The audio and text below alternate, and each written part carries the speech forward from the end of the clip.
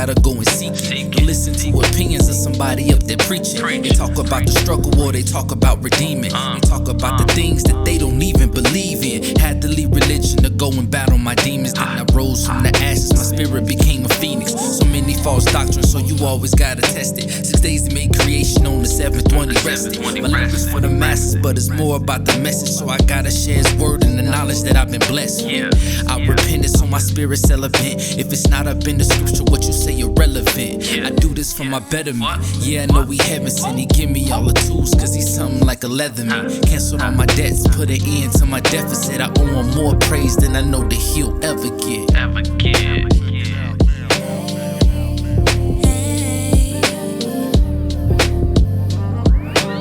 Yeah, man, just sharing some thoughts with y'all.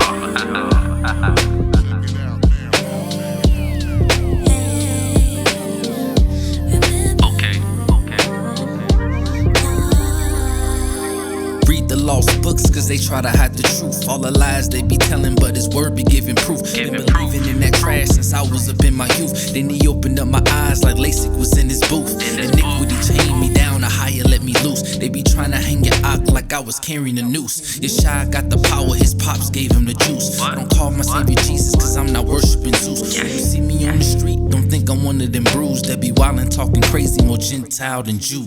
Let my words speak, I'm not a part of a group. Scripture says you are the judge, a person courting the fruit. My music not the same, I don't do it for my health. Had to let go of the world and just look within myself. People questioning my change, they be asking me why. It's simple. I'm seeking the Most High. Shalom.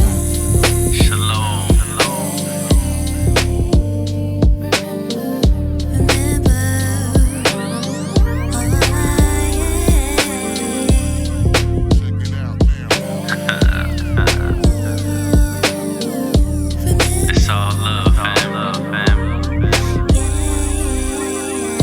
I know you don't know who you are. I know you got some room to grow. It's like you travel from so far, but there is still so far to go. I know it's lonely and it's truth. Feels like it's only him and you. I know you're close to your breakthrough. His word will tell you what to do. I know you don't know who you are. I know you got some room to grow.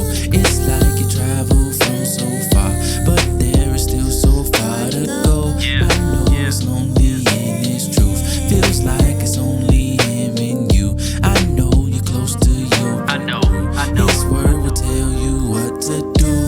Get wisdom, get understanding. Forget it not, neither decline from the words of my mouth. Forsake her not, and she shall preserve thee. Love her, and she shall keep thee. Wisdom is the principal thing. Therefore get wisdom, and with all thy getting, get understanding. Proverbs 4:5-7. Shabbat Shalom, family. It's your boy Solemn Prophet here with Professor S, and this is Shabbat Talk. We got another full house this week. We got Sister Tess and Cindy. We got Jasmine. We got Sister Stephanie in the house, and maybe 2 or 3 more people might trickle in later on as we go on with the show. But shalom, everybody. How y'all doing? Shalom. Shabbat shalom. Shabbat shalom. Shabbat Shalom is like saying hello on the Sabbath, Steph. I know you probably like, what is this Shabbat? What is Shalom? What is all of that? So, yeah, so we greet each other by saying Shalom. Shalom is a multifaceted word, but it also means peace, blessings, prosperity, welfare, joy, and happiness. But it's basically you're wishing the other individual peace and blessings, right? So we say Shalom to one another when we greet. And on the Sabbath, which is today, we say Shabbat Shalom, right? So that's just kind of let you in on that. Yeah, this is Stephanie's first time with us this week. And I especially asked her to come on this show because of the topic of today. And I thought that it affects everyone. And it's very, very, very, it's amazing.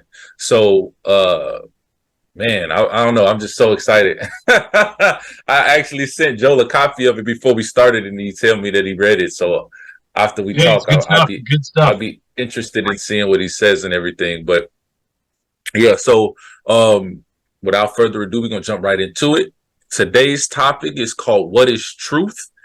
Me and the brother in Yarka, we was having a discussion about a completely different discussion. And he said, would it be okay if I share with you some different records? And I said, absolutely. My reading doesn't just stop at the 66 books, right? I read various different books. So he sent me this record. It's called The Gospel of the Holy 12. And I hadn't heard of this record before in Yarka, but I've seen him use it multiple times. And like I said, our conversation was about something completely different. But when he provided this record to me and I was reading through this record, one chapter or section stood out, right? It really intrigued me. It blew my mind, and it was like right in alignment with a lot of the things I already spoke on before in the past, but I could also relate to it on a personal level and kind of give some examples as well. So as we go through it, it's not a lot of information, right? But it's going to be a little longer of a show because it's so multifaceted. It's so deep. You can break everything down and explain everything. So I'm going to try to get it through as fast as possible because my wife has a client at 7:30. So I'm going to try to get through this as fast as possible, but I'm going to make sure I'm thorough in getting through everything tonight. All right, before we get started, make sure you like, share, and comment. Subscribe to the channel. I always forget to do it in the beginning, and then I try to remember at the end. But always, even though I'm going over a lot of information, stop me if you got questions. Stop me if you got some things that pop up or you want to discuss it. I want this to be an open dialogue. I'm just an organized individual, so I like to have my stuff lined up. But don't feel like I'm the teacher and you guys are just listening and then you wait until the end to ask your questions. I don't operate like that. So with that being said, let's go ahead and jump right in. I'm going to quickly read the record directly from where I originally read it, and then we'll get into the breakdown. If that works for you guys. All right. So it's called The Gospel of the Holy 12. This is section 10, chapters 90 through 96. This particular one we're going over today is number 90. Okay. What is truth? So it says, again, the 12 were gathered together in the circle of palm trees, and one of them, even Thomas, said to the other, what is truth? For the same things appear different to different minds, and even to the same mind at different times. What then is truth? And as they were speaking, Yasha appeared in their midst and said, truth, one and absolute, is in the Most High alone. For no man, neither any body of men, knoweth that which the Most High alone knoweth, who is the all in all. To men is truth revealed according to their capacity to understand and receive. The one truth hath many sides, and one seeth one side only, another seeth another, and some see it more than others, according as it is given to them. Behold this crystal, how the one light is manifest in 12 faces, yea, 4 times 12, and each face reflecteth one ray of light, and one regardeth one face, and another another. But it is the one crystal that the one light shall shineth in all. Behold again, when one climbeth a mountain and attaining one height, he saith, this is the top of the mountain, let us reach it. And when they have reached that height, lo, they see another beyond it until they come to the height from which no other height is to be seen. If so be they can attain it. So it is with truth. I am the truth and the way and the life, and have given you the truth I have received from above, and that which is seen and received by one is not seen and received by another. That which appeareth true to some seemeth not true to others. They who are in the valley see not as they who are on the hilltop. But to each is the truth as one mind seeth, for that time till a higher truth shall be revealed unto the same, and to the soul which receiveth higher light shall be given more light. Wherefore condemn not others, that ye be not condemned. As ye keep the holy law of love, which I have given unto you, so shall the truth be revealed more and more unto you. And the spirit of truth, which cometh from above, shall guide you, albeit through many wanderings, into all truth, even as the fiery cloud guided the children of Israel through the wilderness. Be faithful to the light you have, till a higher light is given to you. Seek more light, and ye shall have abundantly. Oh, where I was at. But rest not till ye find the Most High giveth you all truth, as a ladder with many steps for the salvation and perfection of the soul, and the truth which seemeth today ye will abandon for the higher truth of tomorrow. Press ye unto perfection. Whoso keepeth the holy law which I have given, the same shall save their souls. However differently they may see the truths which I have given. Many shall say unto me, Adonai, Adonai, we have been zealous for thy truth. But I shall say unto them, Nay, but that others may see as ye see, and no other truth beside. Faith without charity is dead. Love is the fulfilling of the law. How shall faith and what they receive profit them that hold it in unrighteousness? They who have love have all things, and without love there is nothing worth. Let each hold what they see to be the truth in love, knowing that their love is not truth, is a dead letter and profiteth nothing. There abide goodness and truth and beauty, but the greatest of these is goodness. If any have hatred to their fellows, and harden their hearts to the creatures of the Most High's hands, how can they see truth unto salvation, seeing their eyes are blinded and their hearts are hardened to the Most High's creation? As I have revived the truth, or received the truth, so have I given it to you. Let each receive it according to their light and ability to understand, and persecute not those who receive it after a different interpretation. For truth is the might of the Most High, and it shall prevail in the end over all errors. But the holy law which I have given is plain for all, and just and good. Let all observe it for the salvation of their souls. All right. So that's the record, right? I know it said a lot. A lot of it was confusing. There was a lot of thises and thuses and thous and makeths and all of that, right? But I'll break it down. I'll break it down when we go through it. That is particularly profound, though. It's kind of, in a sense, the way. Nah, I mean, at certain points, I didn't view it that way, right? But in a sense, that's the way I've come to view things. Yeah. Is, you often say, yeah, there's different levels to truth, right? And it's so true. And just because someone's on one level doesn't make it any less true than being on a higher level. But being on a higher level causes you to abandon what you previously knew is true, even though it's still true. You abandon it because you are now have a broader understanding of things. Which that's just wonderful stuff. Absolutely. Because there's higher truth to know. Yeah. We about to get in it. We about to get in this thing. All right. So, what is truth, right? This is coming from the Gospel of the Holy 12, the record that I just read. I read it from that website because that's the website that he gave me. He gave me the link to go to that. So I wanted y'all to see what I originally saw, right? This PDF is what I put together today. All right. So my dear brother in Yarka shared this text and others with me regarding a conversation we were having, but this chapter resonated so well within my spirit. Disclaimer. If you only adhere to the 66 books of the modern day Bible, understand that wisdom lies in other texts that may not be deemed canon by the so-called powers that be, right? Or canonized, right?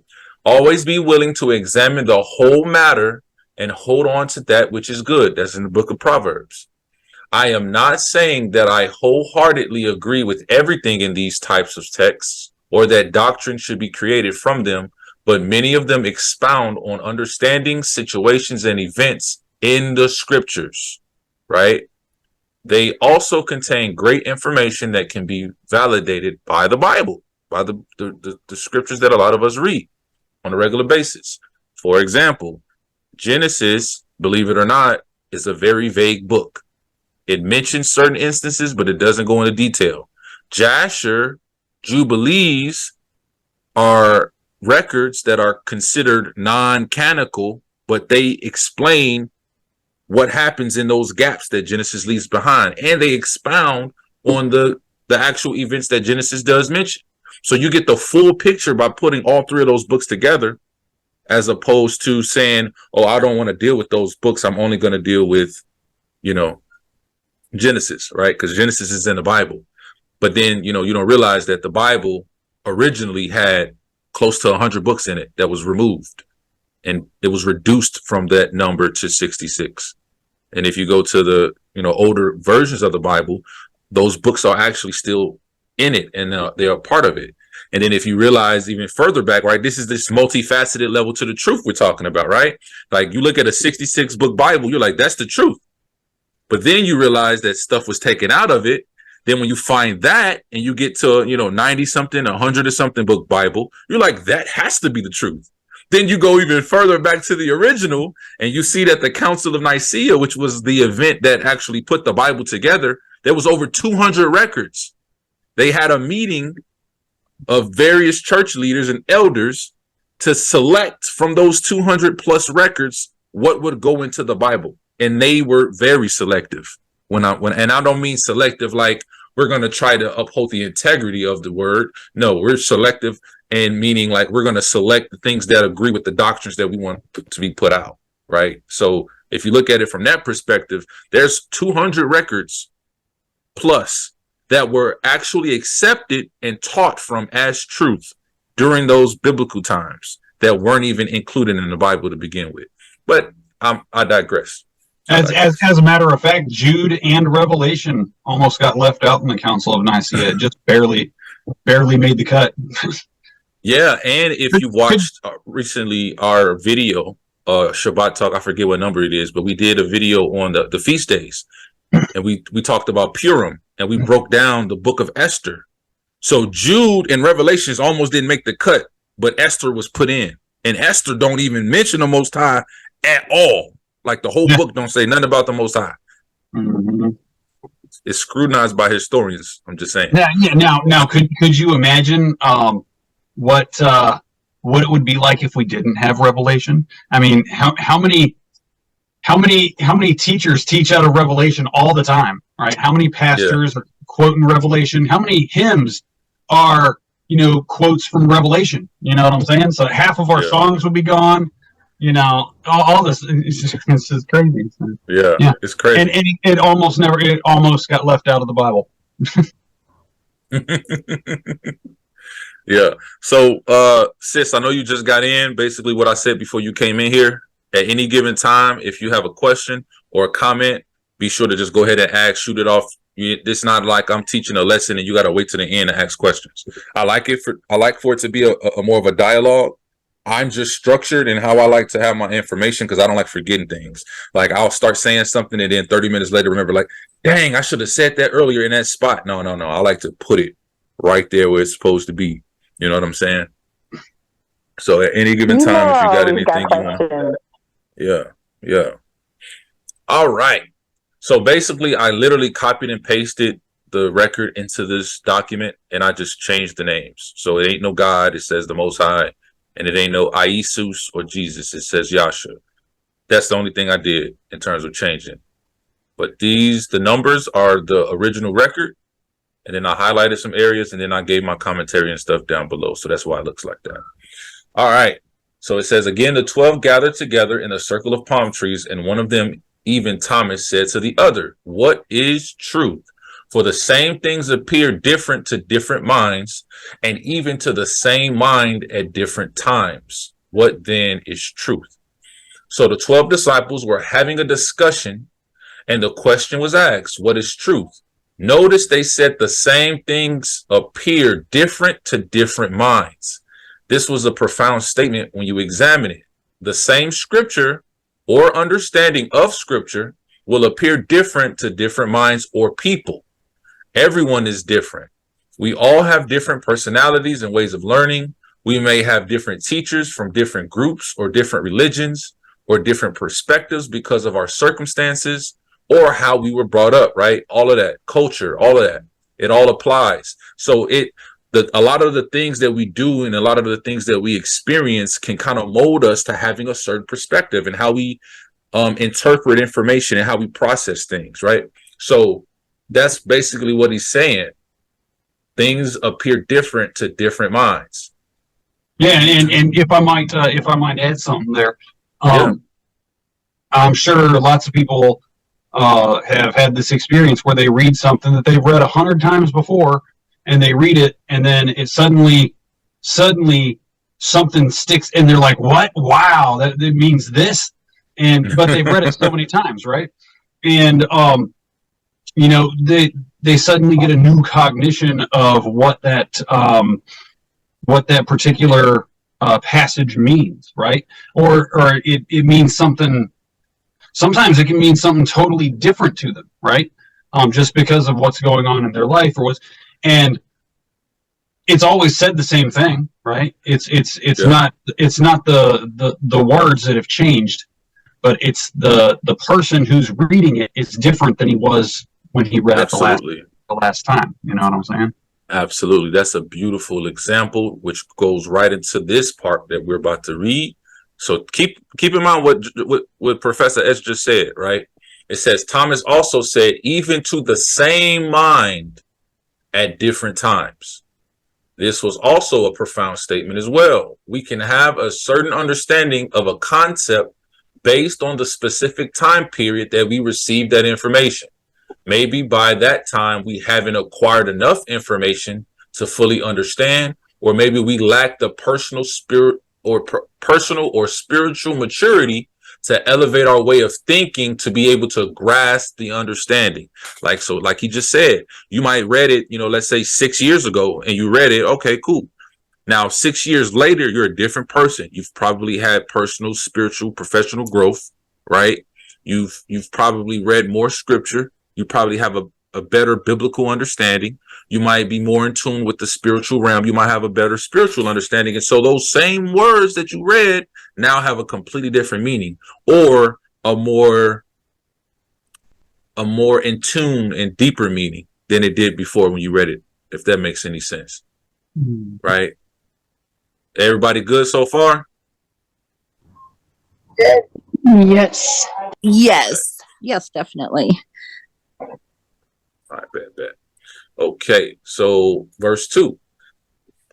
And as they were speaking, Yasha appeared in their midst. Yasha is Jesus, for you, Steph, just so you can follow along and know what I'm saying. So Yasha is Jesus. So as they were speaking, Yasha appeared in their midst and said, truth, one and absolute, is in the Most High alone. For no man, neither any body of men, knoweth that which the Most High alone knoweth. Who is the all in all? To men is truth revealed according to their capacity to understand and receive, right? So Yasha said truth is in the Most High alone, meaning only he is truth. So we should be seeking him to receive what truth is, right? Truth is not found within men, and it is not found within religion or doctrine, right? Doctrines come from interpretations of what the text states, right? Religion is formed from man's interpretation of what the doctrines, the group of doctrines, are interpreted from the text, if that makes any sense, right? It is about having a personal relationship with the Most High to unlock higher levels of consciousness to be able to receive whatever aspect of the truth he wants to reveal to you, right? He said to men is truth revealed. according to their capacity to understand and receive. This goes back to what I said earlier about being able to elevate our thinking to be able to grasp the understanding. Our capacity for truth expands the more we grow, but in order to grow, one must be willing to stretch their faith, understanding, and be willing to be uncomfortable, i.e., chew on the information that may seem contrary to one's current understanding or foundational beliefs. What I mean by this is, right, because I can break this even further down. If you want to know more, right, you can just simply read, expand, research. But even if you read the text, if you don't have enough level of understanding, a higher level of understanding, a lot of what you're reading isn't going to be absorbed. It's not going to get soaked in. It's going to go over your head, right? If you have a basic understanding of scripture and you're reading certain scriptures that are talking about, so much that you don't get, like, for example, if you don't understand the law that is given in the first 5 books of the Bible, and then you just jump straight to the New Testament, whose foundation is the laws in the first 5 books of the Bible, a lot of the New Testament is going to go over your head and you're not going to understand it, or you're not going to get the correct understanding or interpretation, right? So you got to be willing to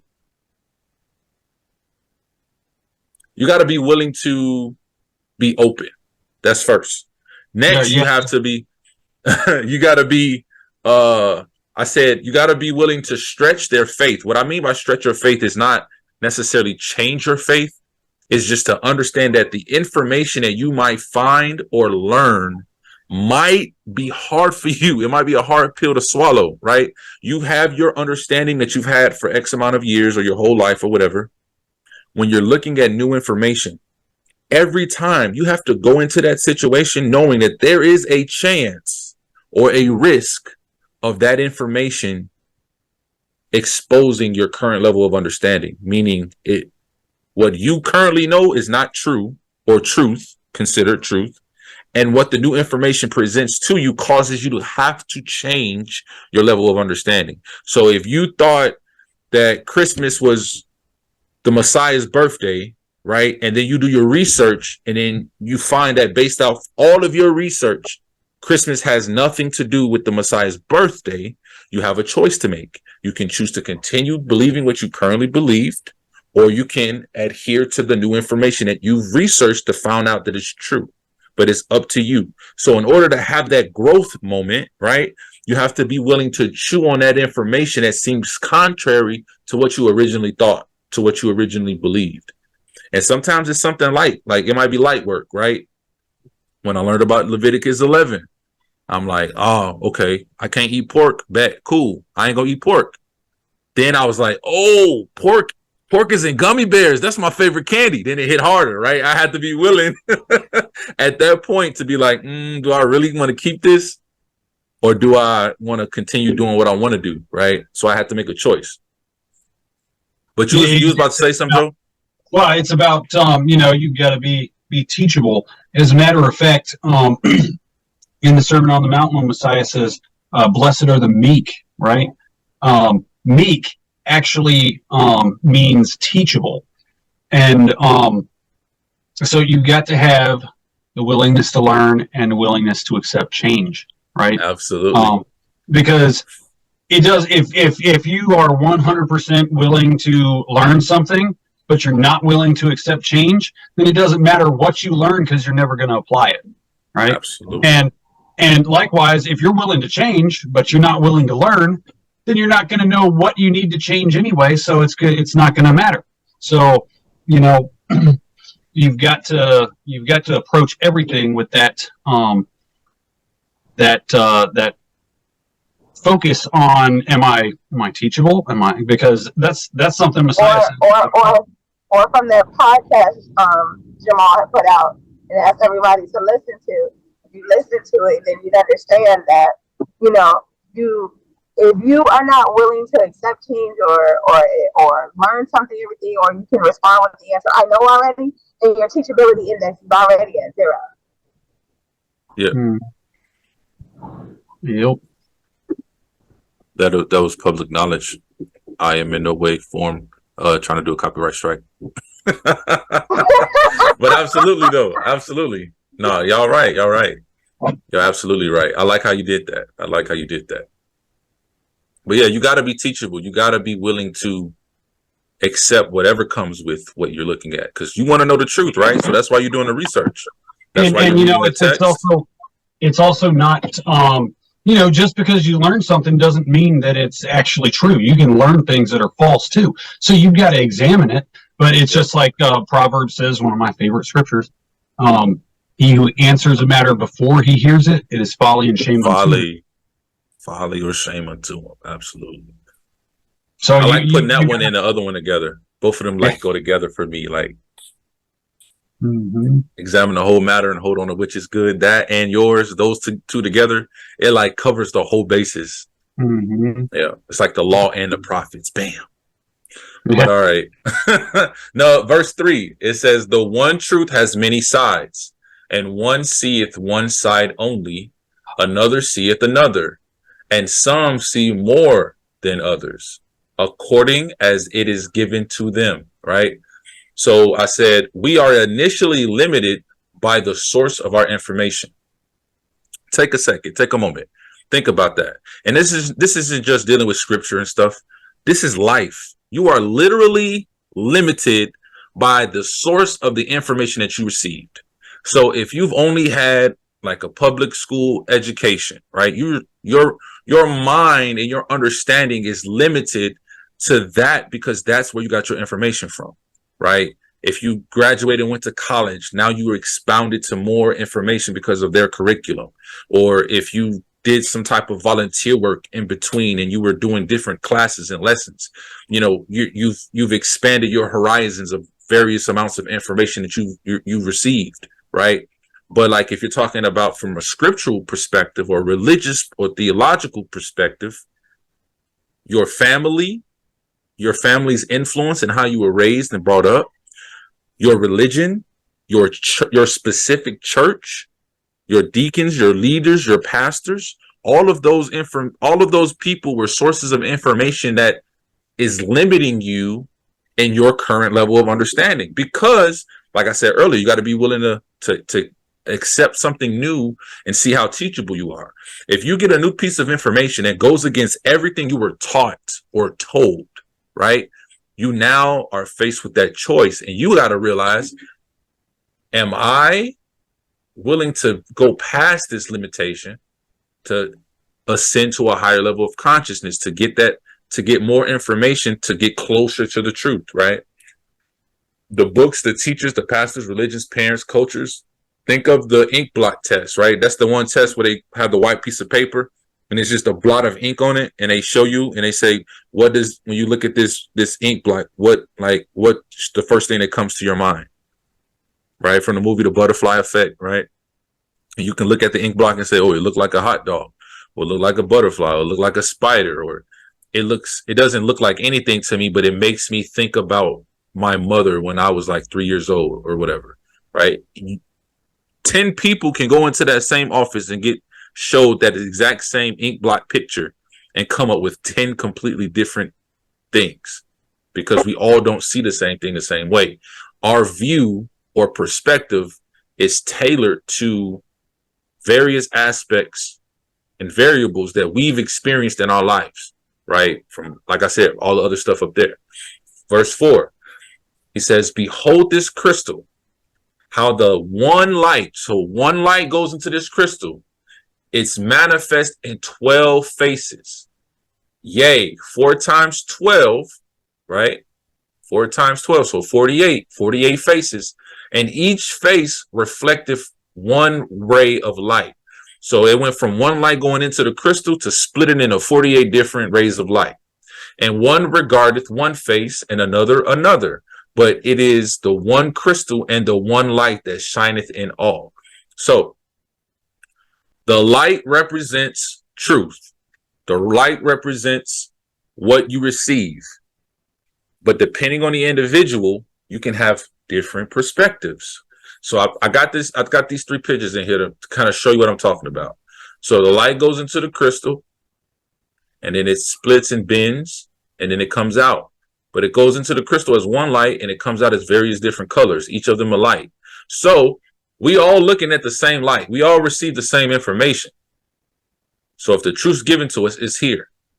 But I might be this purple. You might be the blue. One of the sisters might be the yellow. Joe might be the red. You know what I'm saying? We all look at it differently. Same thing with this one, right? And then here's a real life, example. The light from, I guess, outside coming through the window hits the crystal, and the crystal bends and reflects against the wall in various different colors of light. So as you can see, the same source of light, the truth, is present in each of the pictures. But when the light goes into the crystal, it appears to bend and split into different colors of light. What people perceive, their different understandings or interpretations, but it is the same light in each picture. One truth, which is from the Most High. Number 5, verse 5 says, "Behold again, when one climbeth a mountain, and attaining one height, he saith, This is the top of the mountain. Let us reach it. And when they have reached that height, lo, they see another beyond it, until they come to that height from which no other height is to be seen. If so be they can attain it." So, what happened? Oh, here it is. There's a picture, so it came to the next page. So, like, say you climbing a mountain with your buddy, right? So they're going in this direction. They can look over here and be like, yo, this has got to be the top of the mountain, because this is all they can see. So they climb and climb and climb, and they finally get there, and then they realize that they over here, and it's not the height, the peak of the mountain. From here, they see it's a lot more that they got to go, and it's a lot higher that they got to go, right? And that same example is what the Messiah is trying to show them. So Yasha makes the reference to climbing the mountain, how while climbing you cannot see the top. You can see the highest point from you, which for these two would be this area right here. But when you get there, you see that there's actually much more to go. The same is with understanding truth. The same truth is multifaceted. You're going to hear me say multifaceted so many times today, is going to annoy you, and I'm sorry, but this is like the best word. This is like the best word I could think of when I talk about this. You can spend years on the exact same concept, but learning new levels of truth within it. A lot of which you wouldn't have been able to grasp at first, but each level of understanding unlocks the next level, right? And this unlocking the next level is going to be mentioned later on, because even he goes into more detail on that too. Verse 6, "So it is with truth. I am the truth and the way and the life, and have given to you the truth I have received from above, and that which is seen and received by one is not seen and received by another. That which appeareth true to some seemeth not true to others. They who are in the valley see not as they who are on the hilltop." Got the pictures again. I like to do the visuals, right? I need to see it, right? So this is a picture of a valley. You in a valley, you looking, it's tall on both sides, right? Because you're at the lowest point, you're looking up, you see this. Your viewpoint is different here than it is if you're standing on top of the hill looking down at everything, right? So two different perspectives looking at the same thing, just from two different areas, two different ways, right? This peak might mean that you overthink things. And this one might means that you don't think about things deeply enough, right? But both of the perspectives are looking at the same information. Some may understand, some may not. But because someone else doesn't understand as you understand, doesn't make them wrong necessarily. The Messiah is the truth, which is given from the Father. Focusing on him will guide us to the Father, or truth. We just need to recognize, are we in a valley? Are we on a hilltop, like the pictures above, to better understand how to communicate our perspectives with others. This will prevent unnecessary debates and allow iron to sharpen iron, right? Because if you know, like I've had conversations with people, and I would admit, like, yo, on this particular subject, I have an understanding, but I haven't done a lot of deep research, right? And I may be talking to someone who that's all they do. All they do is study let's say prophecy, for example. They study anytime prophecy is mentioned in the Bible, they got dates and references. They got a big board in their closet with a map, and they connecting the dots to all of the different scriptures. And they like with the cigarette burning, like the gift when the dude's like, I got it, right? That's all they do. Well, I'm not gonna be like, well, I don't care what you got going on with all of that. I still know more than you when I know I haven't studied it. So it's okay. Am I in a valley? I'm on top of the hill, right? I got to understand where I'm at to see how to navigate that conversation, because that individual might be trying to help me. He might be trying to give me some of the information that he's already studied, right? And I don't want it to be another way to look at that is this example was used for something else, but I think it's still appropriate in this situation. If you imagine a parade, right? So you got like the 4th of July parade going down the road, right? And you got someone standing on a street watching the parade. They can see the floats going by, but then you got someone up in a helicopter above the parade looking at the whole thing. Mm-hmm. The person above the parade has a completely different perspective. They can see all these different parts. They can see all the floats in the parade, whereas the person standing on the street only sees these tree floats that are going by. You know what I'm saying? They're both looking at the same thing, right? But they've just got different perspectives of it. The one standing on the street can see more details about each of the floats that's right in front of them, whereas the one up in the helicopter can see each of the floats, but maybe not see all the different details. You know? Yeah, absolutely. But they're both looking at the same thing, so it's still true that the parade's going on. You know what I'm saying? Mm-hmm. Absolutely. Verse 7. But to each it is the truth, as the one mind see it. So, like he said, the person looking at the parade from the street, he like, that's the truth. I know it. I know the truth. I got it. And the person above in the helicopter, like, that's the truth. I got it. And if they happen to have a conversation, it may be a debate. Yeah. I saw it this way. I saw it this way. Yeah, exactly. Right. And for that time till what? A higher truth shall be revealed unto the same individual, and to the soul which receiveth higher light shall be given more light. Right. So an example of it, right? Isaiah 58. I've broken this down in various videos, but basically a lot of people have the understanding that on the Sabbath it's a no fun zone. They can't do nothing fun, right? They got to shut it down. All they can do is read, sleep, pray, and worship, right? Ain't no TV, ain't no video games, ain't no doing whatever your hobby is, whatever your pleasure is, ain't no spending fun time with the family, playing games with the kids, none of that, right? They shut it down.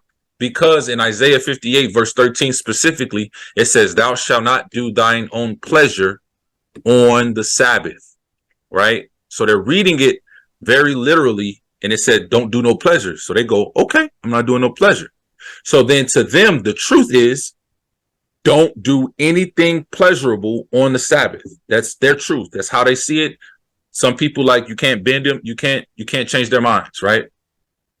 But then as I was studying it and I started to look at the translations of the actual words and what they meant, that word pleasure actually means business or work. Okay. And so I learned that I didn't have to be so rigid on the Sabbath. There was a lot more flexibility to the Sabbath than I originally thought. But in doing so, right, it ruffled feathers. People are like, oh, you're just trying to do what you want to do. And I'm like, no, it's literally right there in the text, right? And then I'll give them the various, meanings and translations or whatever, and then they could see it for themselves. But even after seeing it, some people were so ingrained with not being able to do those fun things on the Sabbath that they just was like, no, I'll reject that. I don't want to do it, right? And okay, if you decide to not do anything fun on the Sabbath, okay, that's fine. Ain't nothing wrong with that. That's your truth. That's truth. It's true. The Sabbath does have, confines, right? Certain things you can do, certain things you can't do. But for the same person who really reads the scripture and sees that it's not just talking about pleasure, and they decide to play a game with their kids or, do something that's one of their hobbies on the Sabbath, they're not wrong either. They had the previous understanding of not doing anything pleasurable, but their level of consciousness has increased. They've reached another level because they were privy to new information. So it says, till a higher truth shall be revealed. That higher truth is understanding that word isn't talking about pleasure. So now they've reached a new level of plateau. So now them and the other people, they're up on the hilltop and the other person is down on the ground. You see what I'm saying? Again, we are only limited by our capacity. We must grow. I mean, that 9 was a parentheses, elevate our consciousness to reach the next level of understanding before certain things begin to make sense to us. Sometimes it's as simple as a vital piece of missing information is restored. Like what I just said, one word with a separate meaning could change everything, right?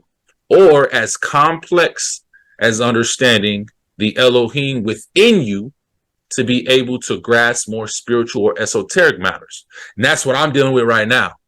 I'm learning so much about the spirit, about the Elohim, the God within me, and all of these different things about the brain and about how the mind works and about how powerful it is and about how the text can connect to various other things that we just never consider in our everyday life, right? It's mind blowing. But the same thing, you get access to that information and it completely changes your perspective and viewpoint on everything you've read up until that point or learned up to that point. Always seek more wisdom, always seek more understanding, and do not boast or condemn someone else for not having the same level of understanding as you, because you may be surprised. And this happened to me before. You may be surprised their assumed lower level of understanding just may be that they have ascended to a higher understanding than you may have yet to grasp, so it doesn't make sense to you, right? I forget what the topic was, but I remember talking to somebody and I'm like, yo, what's your interpretation of this particular scripture? And it was like, oh, blah, blah. And I'm like, what? Like, I started at there, but I kind of like elevated and navigated and I'm up here now. So that's your understanding. And then when I got more information and it took me higher, guess what? The final high truth at that point, not saying it's the final, like not saying that was the highest level you could ever go, but up until the point that I reached, it was exactly the same as the so-called lower that they mentioned. And then I went back to him and was like, yo, when I first asked you about that, you told me blah, blah. And I was like, yo, that's crazy. And he was like, yeah, I know. But I had to let you go on your journey because you weren't teachable in that moment. You had to go on that journey and figure it out for yourself. And then by the time you got back to really understanding where I was saying, now we were linked. We were on the same level. And now we could begin a dialogue because I could understand where they were coming from. I had to go through it myself to get that. And I had to do that with other people too. Right. I've studied certain things that I've gotten understandings, and I tell people all the time, I was a Christian at one point in time, so I have Christian understanding. I was a Hebrew Israelite at one point in time. I have Hebrew Israelite understanding. Right. But I've elevated to a level that doesn't deal with either one of the two. But since I was both and I have previously had those understandings, I can relate to anybody that I come into contact with and meet them at their level to help them get a higher understanding because I was there. We have those things in common. I can see how you understand a certain scripture, or I can see how you understand a certain doctrine, because at one point in time in my life, I understood it the same way as you, or very similar, right? So verse 8, it says, I'm going through that with my mom, because she raised me to be Christian, Seventh-day Adventist to be exact, and now living in the truth and knowing the truth, I try to explain it to her, and it's hard, but I don't give up on it. So I know exactly what you're talking about. That's exactly what I'm going to do with my mother. And you're also dealing with the fact that your mom is your elder and supposedly your teacher, right? So it's hard for her to accept new information from you because she deems you as lesser in that aspect, right? So she's like, I'm supposed to be teaching you. You ain't supposed to be teaching me. So it's another barrier. It's another language barrier that is that you're running into, especially when you're dealing with her. Which then goes right back to the he who answers a matter before he hears it is folly and shame unto him, right? Absolutely. Goes right back to that, because a wise man can learn from a fool, right? But a fool can't learn from a wise man. Facts. Correct. Absolutely. Absolutely. But even if what you're being taught is an error, you can still learn things from it, even if it's to learn what you're not supposed to do. You know what I'm saying? Exactly. So even when something's erroneous, you can still learn very valuable lessons from it. Yep. Like they say it all the time in the military. Your best supervisor that you're going to ever get in your career is going to be your worst supervisor, because that individual teaches you exactly what not to do. And it's so true. It's so true. You know what I'm saying? I know Sis can attest to that. She, you know what I'm saying? We both.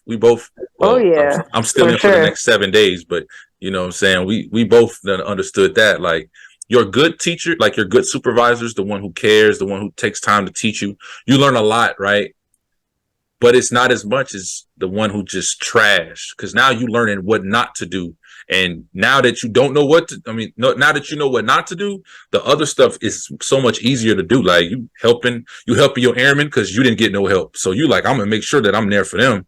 You know what I'm saying? You teaching from the book because you wasn't taught from the book. You know what I'm saying? So it's just way better that way.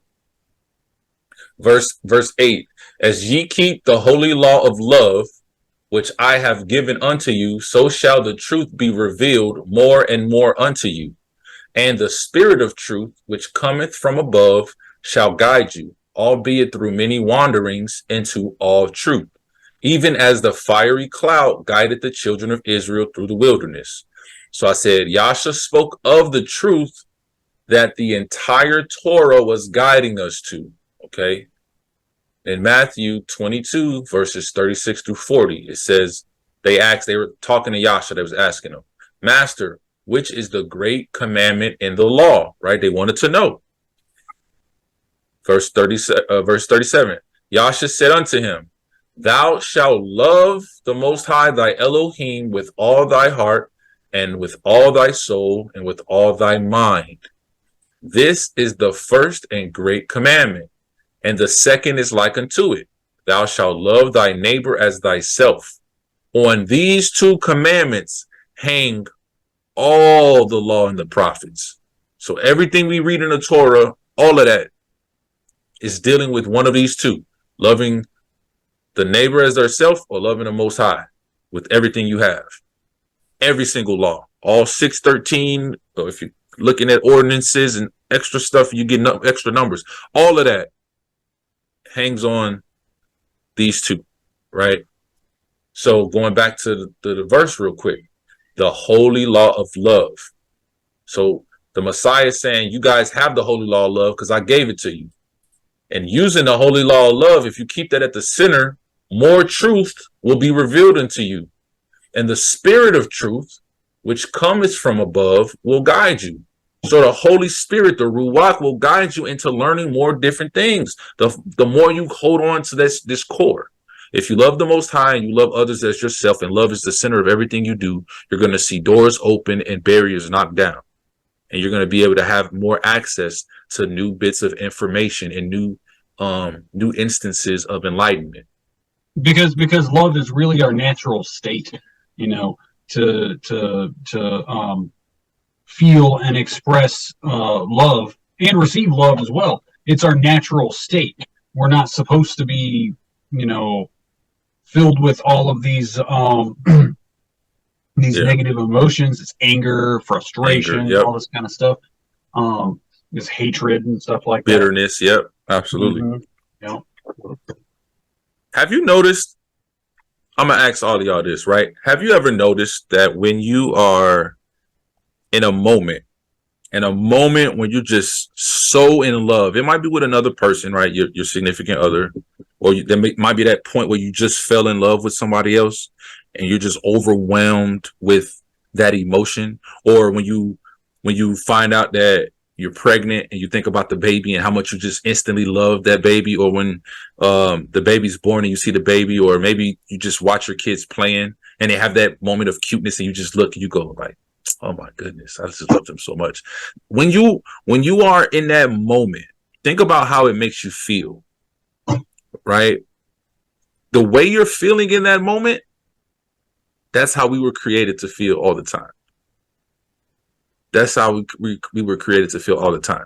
If you go back to Genesis and you look at Adam and Eve, and it says after they, got expelled out of the garden, it says that they lost their nature, right? The book of Adam and Eve, which is another non-canonical book, right? When in specifics, it said that they had an aura and a glow about them. And then when they got kicked out of the garden, that aura and that glow actually just faded and went away. They were literally encompassed with that feeling that I just described to you guys. All the time. Just imagine walking around your whole life just feeling that over and over and over again. Right? Love is the center of everything. It's the core of our being. We're closer to the Father when we're in love. We're closer to the Father when we love someone else. We're closer to the Father when we receive love. I got a question, Jamal. So I was doing some studies on the feast days and this kind of stuff, and it kind of led me to these questions that hopefully you have. So you talk about truth is different levels to truth. Well, my question is, why does it matter? Does it matter that you climb the ladder? So in some of your examples you gave earlier, if we're all looking at the same truth, maybe someone's in the valley, still truth. Someone's on the mountaintop, still truth. Why should we ever really seek to go further if any certain level of truth and following the Most High can still lead us to eternal salvation? Well, I would say the reason we should do that is because it's like if you get married, right? You get married. You want to continuously grow in your relationship with your spouse, right? So I'm gonna, most of this stuff you should probably already know before you get married. But let's say you don't, right? You're gonna learn their favorite color. You're gonna learn what their favorite food is. You're gonna learn what they like, what they dislike, right? And you're gonna try to incorporate those things into your the way you behave around them, right? Like if I want to get my wife a present and there's color options, am I going to choose my favorite color or am I going to choose hers because it's a gift for her? You know what I'm saying? So it's just a deeper level of intimacy, right? Because you want to be more, you want to constantly be closer and closer. When you really love someone, it goes back to loving the Most High with all of your heart, soul, and mind, right? If you do that, if you really love him like that, you want to get closer to him and closer and closer. You don't want to just be doing the bare minimum, right? I mean, you can marry someone and you can just forget all the all the important things. You can forget when your anniversary is and everything. Are they going to appreciate that? No. They're going to be like, why'd you forget our anniversary? You know what I'm saying? So it's like that. Interesting. Can I piggyback off what you just said, Joel? I was going to piggyback off of what you just said. Just off of personal experience with that question you asked. Getting closer to the Most High from my own personal experience is a sense of relief. And it's a sense of joy because honestly, my cousin, I don't know if I ever said this in the group, but he's the reason why I'm really living in the truth because me and him hadn't seen each other in so many years. And when we saw each other, which was like 2 years ago in Chicago, we just instantly clicked. Like we grew up together, took baths together. So when he started revealing these things to me, I already have these questions. So yes, getting closer to the Most High just reveals you to things you never thought you would experience, and you just have so much peace and so much joy because you know that he is going to take care of everything. You see what I'm saying? So from my own personal Absolutely. experience, that's why I can say yes, get as close as you can. And every day that I learn something new that I thought I knew that I didn't know, it just gets me closer to him. That's all. Mm, Well, absolutely. and All then praises. another thing with that as well is, you know, we know that there are rewards, right? We know that the Most High gives rewards to those who follow Him and get to know Him better, right? Um, and keep His commandments, like when Messiah says, those who keep the commandments and teach others to do so will be called great in the kingdom, but those who don't keep the commandments and teach others to not keep them are going to be called least in the kingdom of heaven. And then, you know, in Revelation, it's you know, all the crowns and stuff. Now that's like a certain level of closeness and friendship, right? Yeah. And intimacy, right? Now, like, if you do the bare minimum, you get in by you get into the kingdom by the skin of You your might be teeth. a janitor. Yeah, or you stay in a single wide just outside the city by the river. You know what I'm saying? I No, mean, hey, I'm trolling right now. That's right? cap. That's cap. You ain't gonna be no janitor. But I mean, No, but that's a good analogy. I mean, would you if you if you go to your friend's wedding, and you get there and there's all these nice tables and there's a big banquet, you know, and everything, um, do you want to sit at the table and eat the dinner, or do you want to be downstairs in the basement in a closet, getting yeah, a few things brought to you? You know what I'm saying? You want to yeah, you want to be sitting at the table eating the dinner and getting to talk with your friend who got married. You know what I'm saying? And congratulate them, and then all that kind of stuff. So absolutely. There So, is okay, there this is treasure stored up in heaven, right? But I just want to end because they said some stuff that I was gonna say, but I just wanted to go at it from a different perspective because you had originally asked me the question. So to answer your question, for me, it's simple because once you are made privy to certain information, you are now held accountable by that information that you're made privy to. So if you learn, right, if you go your whole life not knowing that pork is bad for you, and then you're 39 years old, you open the Bible and you start reading Leviticus 11 for the first time. Nobody's ever mentioned it to you. Nobody's ever told you. You didn't have a Bible your whole life. You just bought a Bible yesterday and you open it up for the first time and you're looking at Leviticus 11 and see that you are not supposed to eat pig, right? At that moment, at that exact moment, you're held accountable because it's been brought to your attention and now you're held accountable by that standard. So your question about, why go further is because the more information that you get, you now become held accountable to that information to then go further and learn more, right? Because Well, that when doesn't you really seem like much of a reward. So, okay, on practical examples, I can assume that everybody on this call actually wants to go further with God. So, more practical examples would be churchgoers, right? I came out of it, so it's no knock against anyone who is Sunday churchgoers. Being on milk to me, or being totally content, is I go to church every Sunday. I might go do Bible study. Hey, I'm kind. I give. I tithe. I make myself available to people. That is a truth that would seem like it is biblical, right? He wants you to commune. He wants you to love him. But I don't necessarily see that keeping these feasts and dietary laws, I don't see that as the truth. And you know But what? again, Quite remember in the frankly, that's, beginning, you see what I'm saying? remember in the beginning when he said like religion and all that stuff was created. So again, that's something that man created. So even though you were raised in Sunday church, like I said, I was Seventh Day Adventist. So again, it's just relearning, I guess, your habits that you were taught, that you were thought. Because what you were brought up in is what you were taught, and that's what you stick to know. But if you really saying to yourself, okay, I want to be saved, I want to make it into heaven, then you have to open your mind and expand it to know that, okay, This is a religion which was created by man and not by the Most High. But this the thing though, everybody comes into various levels of truth in their own time, right? Like I didn't know that there was more to the Bible and to the Most High and everything like that until I was 26. I'm 32 now, right? So for 26 years, I was doing exactly what you were saying: tithing, going to church on Sunday, the basic minimum, like milk. Now, I had aspirations and a love for the Most High, and I always wanted to know more, but it just wasn't the right time for me to get that information. So he didn't give it to me.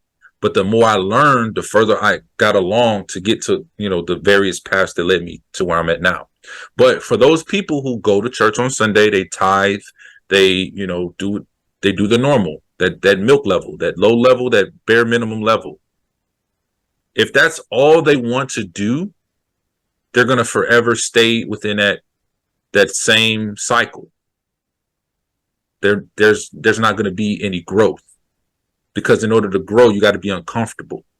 And if you want to stay in that comfortable, complacent area, now it's one thing if they know it and they just like, okay, I know that there's more, but I'm going to stay right here.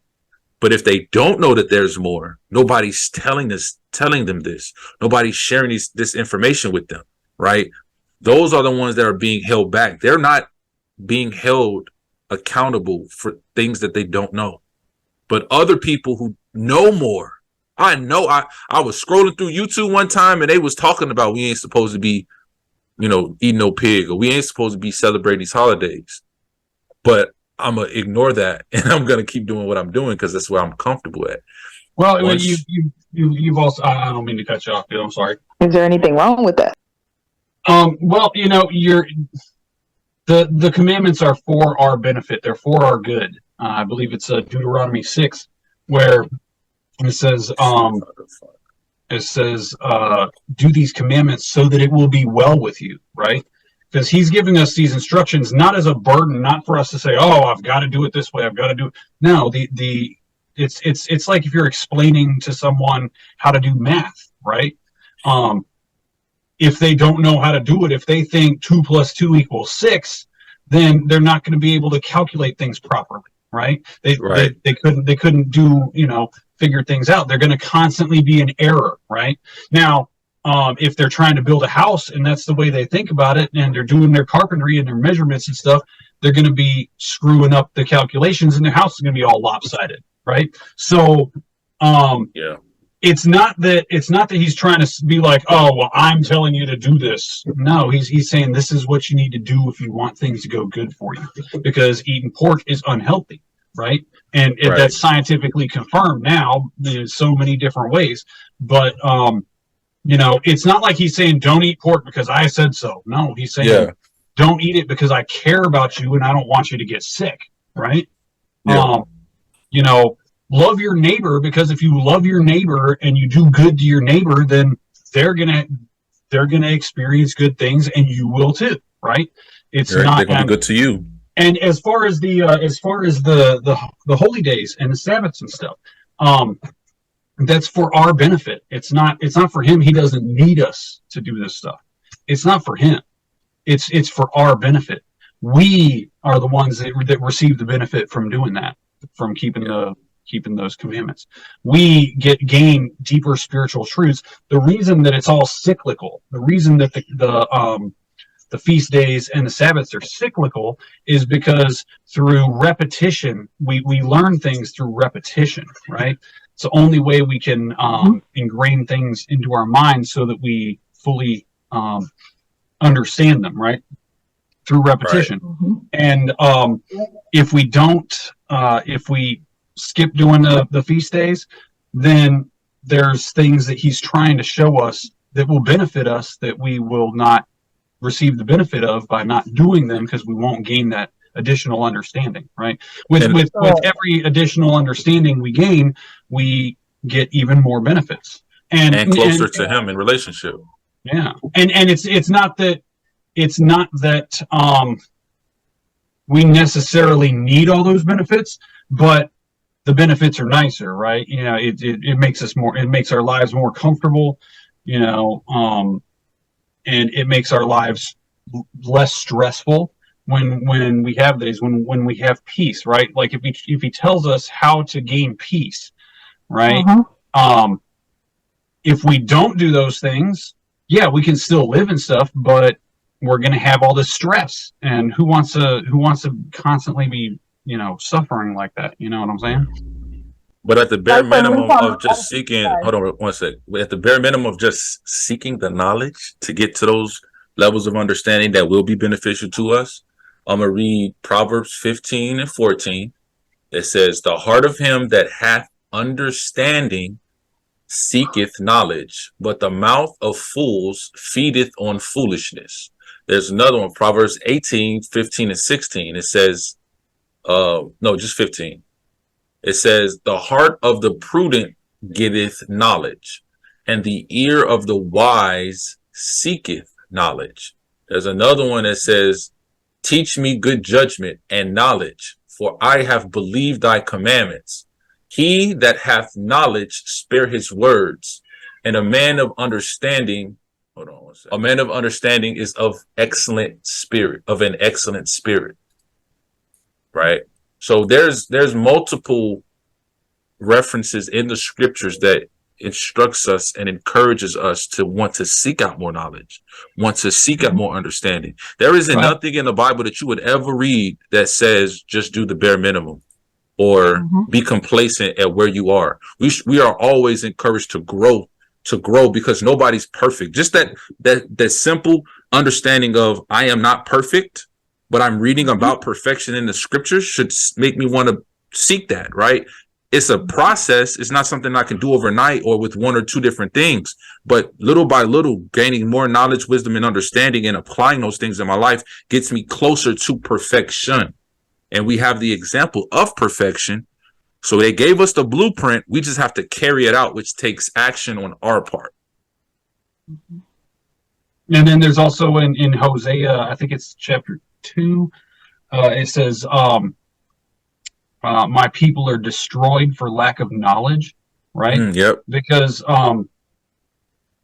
and he's saying I don't want you to be destroyed. I want you to have knowledge, right? But lacking knowledge causes destruction.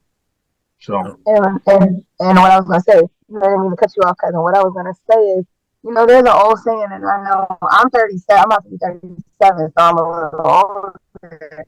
You know, but I also know there's a saying that says, when you know better, you do better. So if you know that this is not the right way, why would you continue to live that way, knowing that it's not right? Is it because that's the way you were raised? That means that you're stuck in your ways and you're stuck in your values and you don't want to change for the better. So that's how I look at it in this situation, because I'm new to this too. And to be honest, my cousin can tell you, this is the first year I have celebrated last year, I guess, was the first year I celebrated no holidays. And it was the most peace I've ever had. All praises. In 37 years. but now there's also, we don't want to look back at how it was, because everything was a stepping stone to get us to where we are now. So you don't want to look back at where you were and be like, oh, all of that is just, you know, and it's very easy to do that too. But you don't want to despise where you came from. Just like in Deuteronomy, where it says not to despise the Egyptians because you were a sojourner in their land, right? Israel going to Egypt preserved them, right? So they gained a lot of valuable things from being in Egypt. They also gained a lot of garbage that they had to get rid of, right? But there, you don't want to look back at that, because it was preserving you, it was keeping you, and it was a stepping stone on your path, right? So it still has its benefits and its merits, right? It's just like with the basic Christianity. Oh, say this prayer, right? That is a starting point for a lot of people, and I think it's a good starting point. Is it as deep as people need to go? No, people should be going a lot further with that, right? but that's a good starting point, and everyone has to begin their journey somewhere, right? So, yep. You got to walk before you crawl. I mean, you got to crawl before you walk, and you got to walk before you run. I know that was a lot, but did that answer your question, sis? All right. So, verse 9, be faithful to the light ye have, till a higher light that is given to you. Seek more light, and ye shall have abundantly. Rest not till ye find. So, I basically says, understand that there's always a deeper level. Don't be satisfied with your current level of understanding. Yasha instructs us this in the Gospels as well. Luke 11:9 says, and I say unto you, ask, and it shall be given you. Seek, and ye shall find. Knock, and it shall be opened unto you. None of these outcomes happen without action. You got to ask, you have to seek, you have to knock, right? The Most High giveth you all truth as a ladder with many steps for the salvation and perfection of the soul. And the truth which seemeth today ye will abandon for the higher truth of tomorrow. Press ye on to perfection. So this is kind of basically saying what we was talking about just recently in that crazy long answer that we gave, right?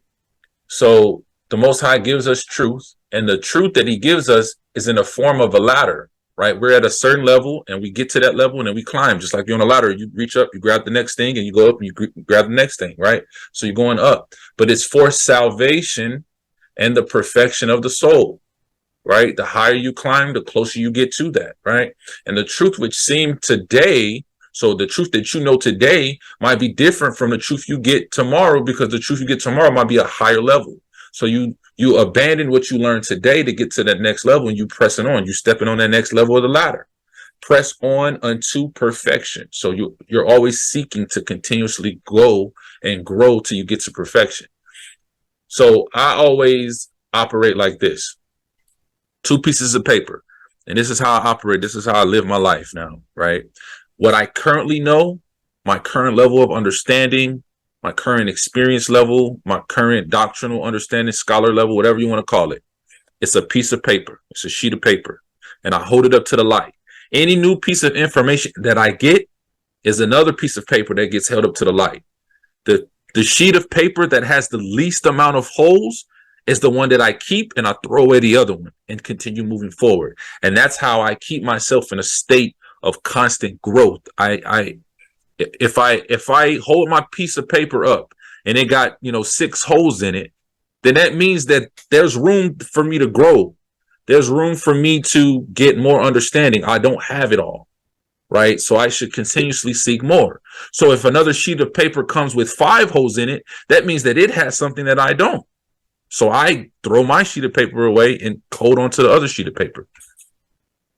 So remember, truth is like climbing a ladder. Each step gets you closer to the next step. Perfection isn't a tangible accomplishment. It's a process. Okay. Never forget that it's a process. When you slip, when you fall back in sin, you make a mistake, you find yourself getting angry or bitter, or you might be filled with hatred, or whatever the case may be. You break the law, you do whatever you do. Understand it's a process, right? Hold yourself accountable, admit you're wrong, repent, turn away from your sin and keep moving. But understand it's a process. One of the people in the scriptures, King David, the scripture says that he had a heart, right? I ain't never heard nobody else have this in the whole scriptures, in the other books that I've read too. He had a heart after the Most High. But yet he committed adultery, right? Conspired to commit murder and cover it all up, right? That's horrible. That's bad. But yet and still, scripture didn't say that after that he didn't have a heart after the Most High no more. He still had a heart after the Most High.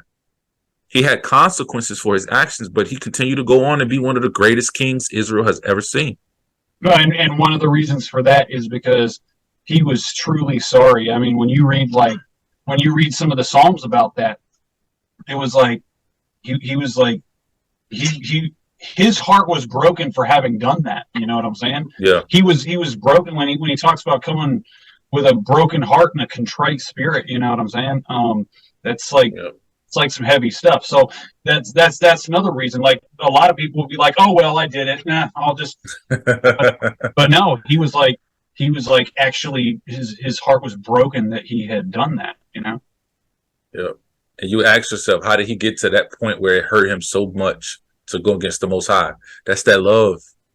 That's that love, right? When you love somebody, it hurts you to hurt them, even if you hurt them by accident, right? Verse 11, whoso keepeth the holy law which I have given, the same shall save their souls, however differently they may see the truths which I have given. So many observe the law as a carnal list of rules and forget that the law, like the rest of the scriptures, is multifaceted. There go that word again. Paul tells us this in Romans 7:14. Paul says, for we know that the law is spiritual, but I am carnal, sold under sin. If the law is spiritual, that means every single physical rule that you done read in the Bible has a deeper meaning to it, right off jump. So that 6:13 you thought you saw, at a bare minimum, it has a one spiritual meaning behind it. So that 6:13 is automatically 12:26. But the scriptures is multifaceted. The scriptures is metaphysical. It's physical. It's spiritual. It's historical. It's chronological. It's what's called entomological. I don't know if that is dealing with your body. The scriptures can literally connect. Anatomical. Yeah, that. So that's 5, 6 already. Right? How many words is in the scriptures? How many verses? How many books? How many chapters? How many hours of studying, right? Anybody read the Bible front to cover before? And then you realize that when you're done, you don't know none. You ain't learned nothing. Yeah. This is so deep. It's beyond what anybody could even fathom or think. So, when he says, okay, bet, it's to save your souls, and you got the holy law which he gave, but then, however, you might see differently the same truth that he gave to you before. And that new level of understanding gets you deeper to understand and gets you closer to the Most High. These 3 verses, many shall say unto me, Adonai, Adonai, is Lord, Lord, right? We have been zealous for thy truth, but I shall say unto them, nay, but that others may see as ye see, and none other truth beside. Faith without charity is dead. Love is fulfilling of the law. So they're saying like, yo, we've done everything. We followed the law. We've done everything you've told us to, right? But then he's telling them, nah, bruh, because all you wanted to do is make others see the way you see, right? And that what you saw and what truth you knew was the only truth that there was. And then he's telling them, faith without charity is dead. Faith without love is dead. Love is fulfilling the law. So he should have said, oh, sorry. I just have to say, I mean, in my earlier walk, that's how I was. You know what I'm saying? And but as you grow, you begin to mature more. Yeah, absolutely. How shall faith and what they receive profit them that hold it in unrighteousness? They who have love have all things, and without love there is nothing worth. Let each hold what they see to be the truth in love, knowing that where love is not, truth is a dead letter and profiteth nothing.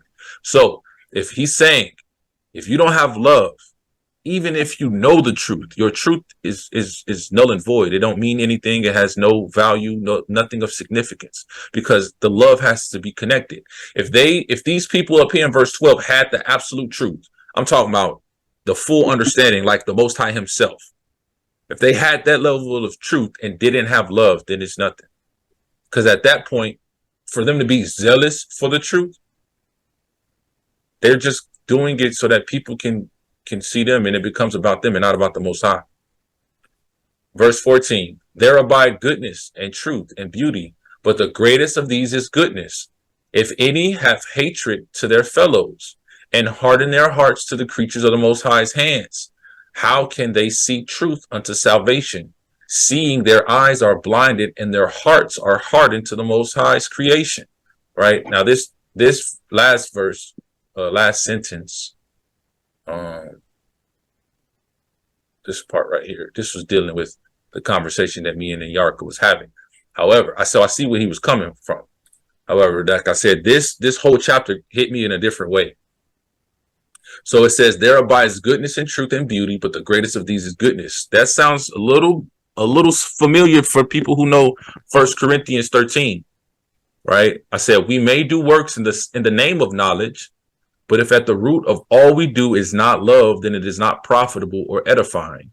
As we mentioned earlier, love is the core of all understanding. Paul further expounded on love, i.e. charity. 1 Corinthians 13, though I speak with the tongues of men and of angels and have not charity, I am becoming as sounding brass or a tinkling cymbal, right? You're just making noise.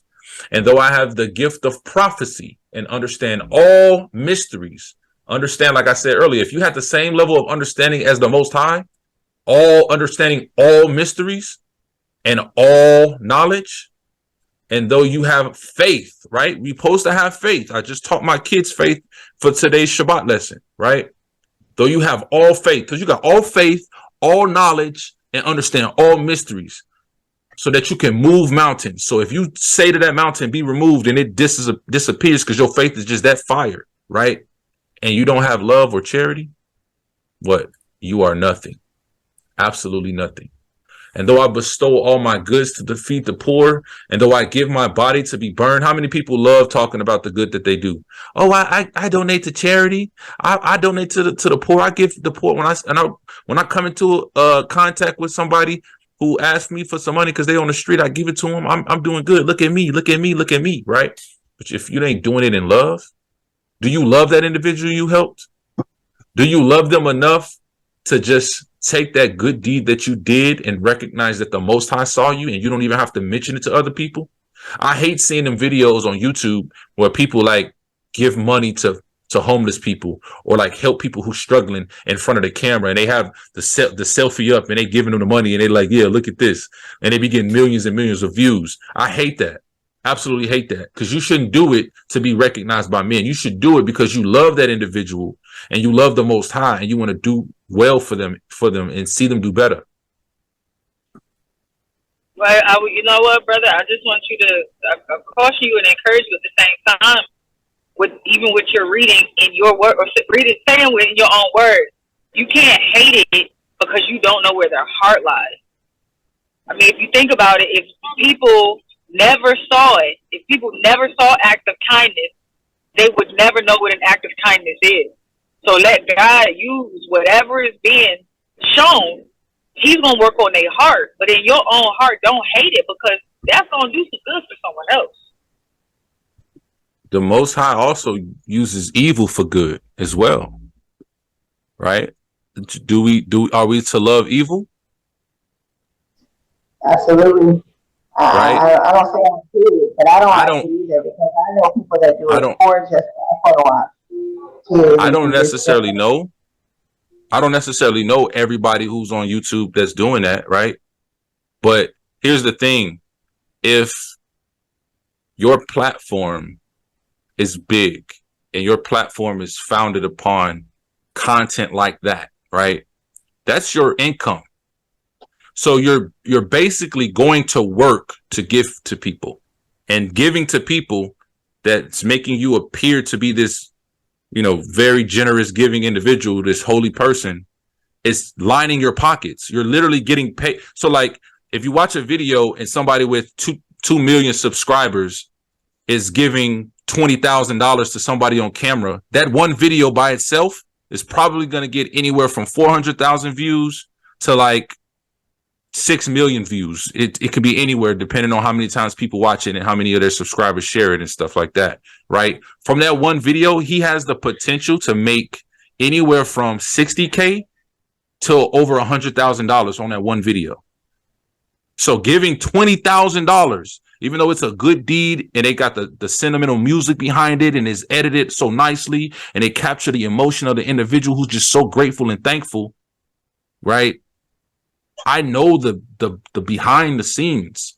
Not saying I know that individual specifically, but for me, go and do that off camera. Go and do that where you're not trying to be seen of men. The Messiah went absolutely crazy on the Pharisees in Matthew chapter 23. And he was talking about them doing the same thing. They want to be seen of men. People coming up to them saying, teacher, teacher, right? That's because they knew their hearts. That's all I'm getting at. Right.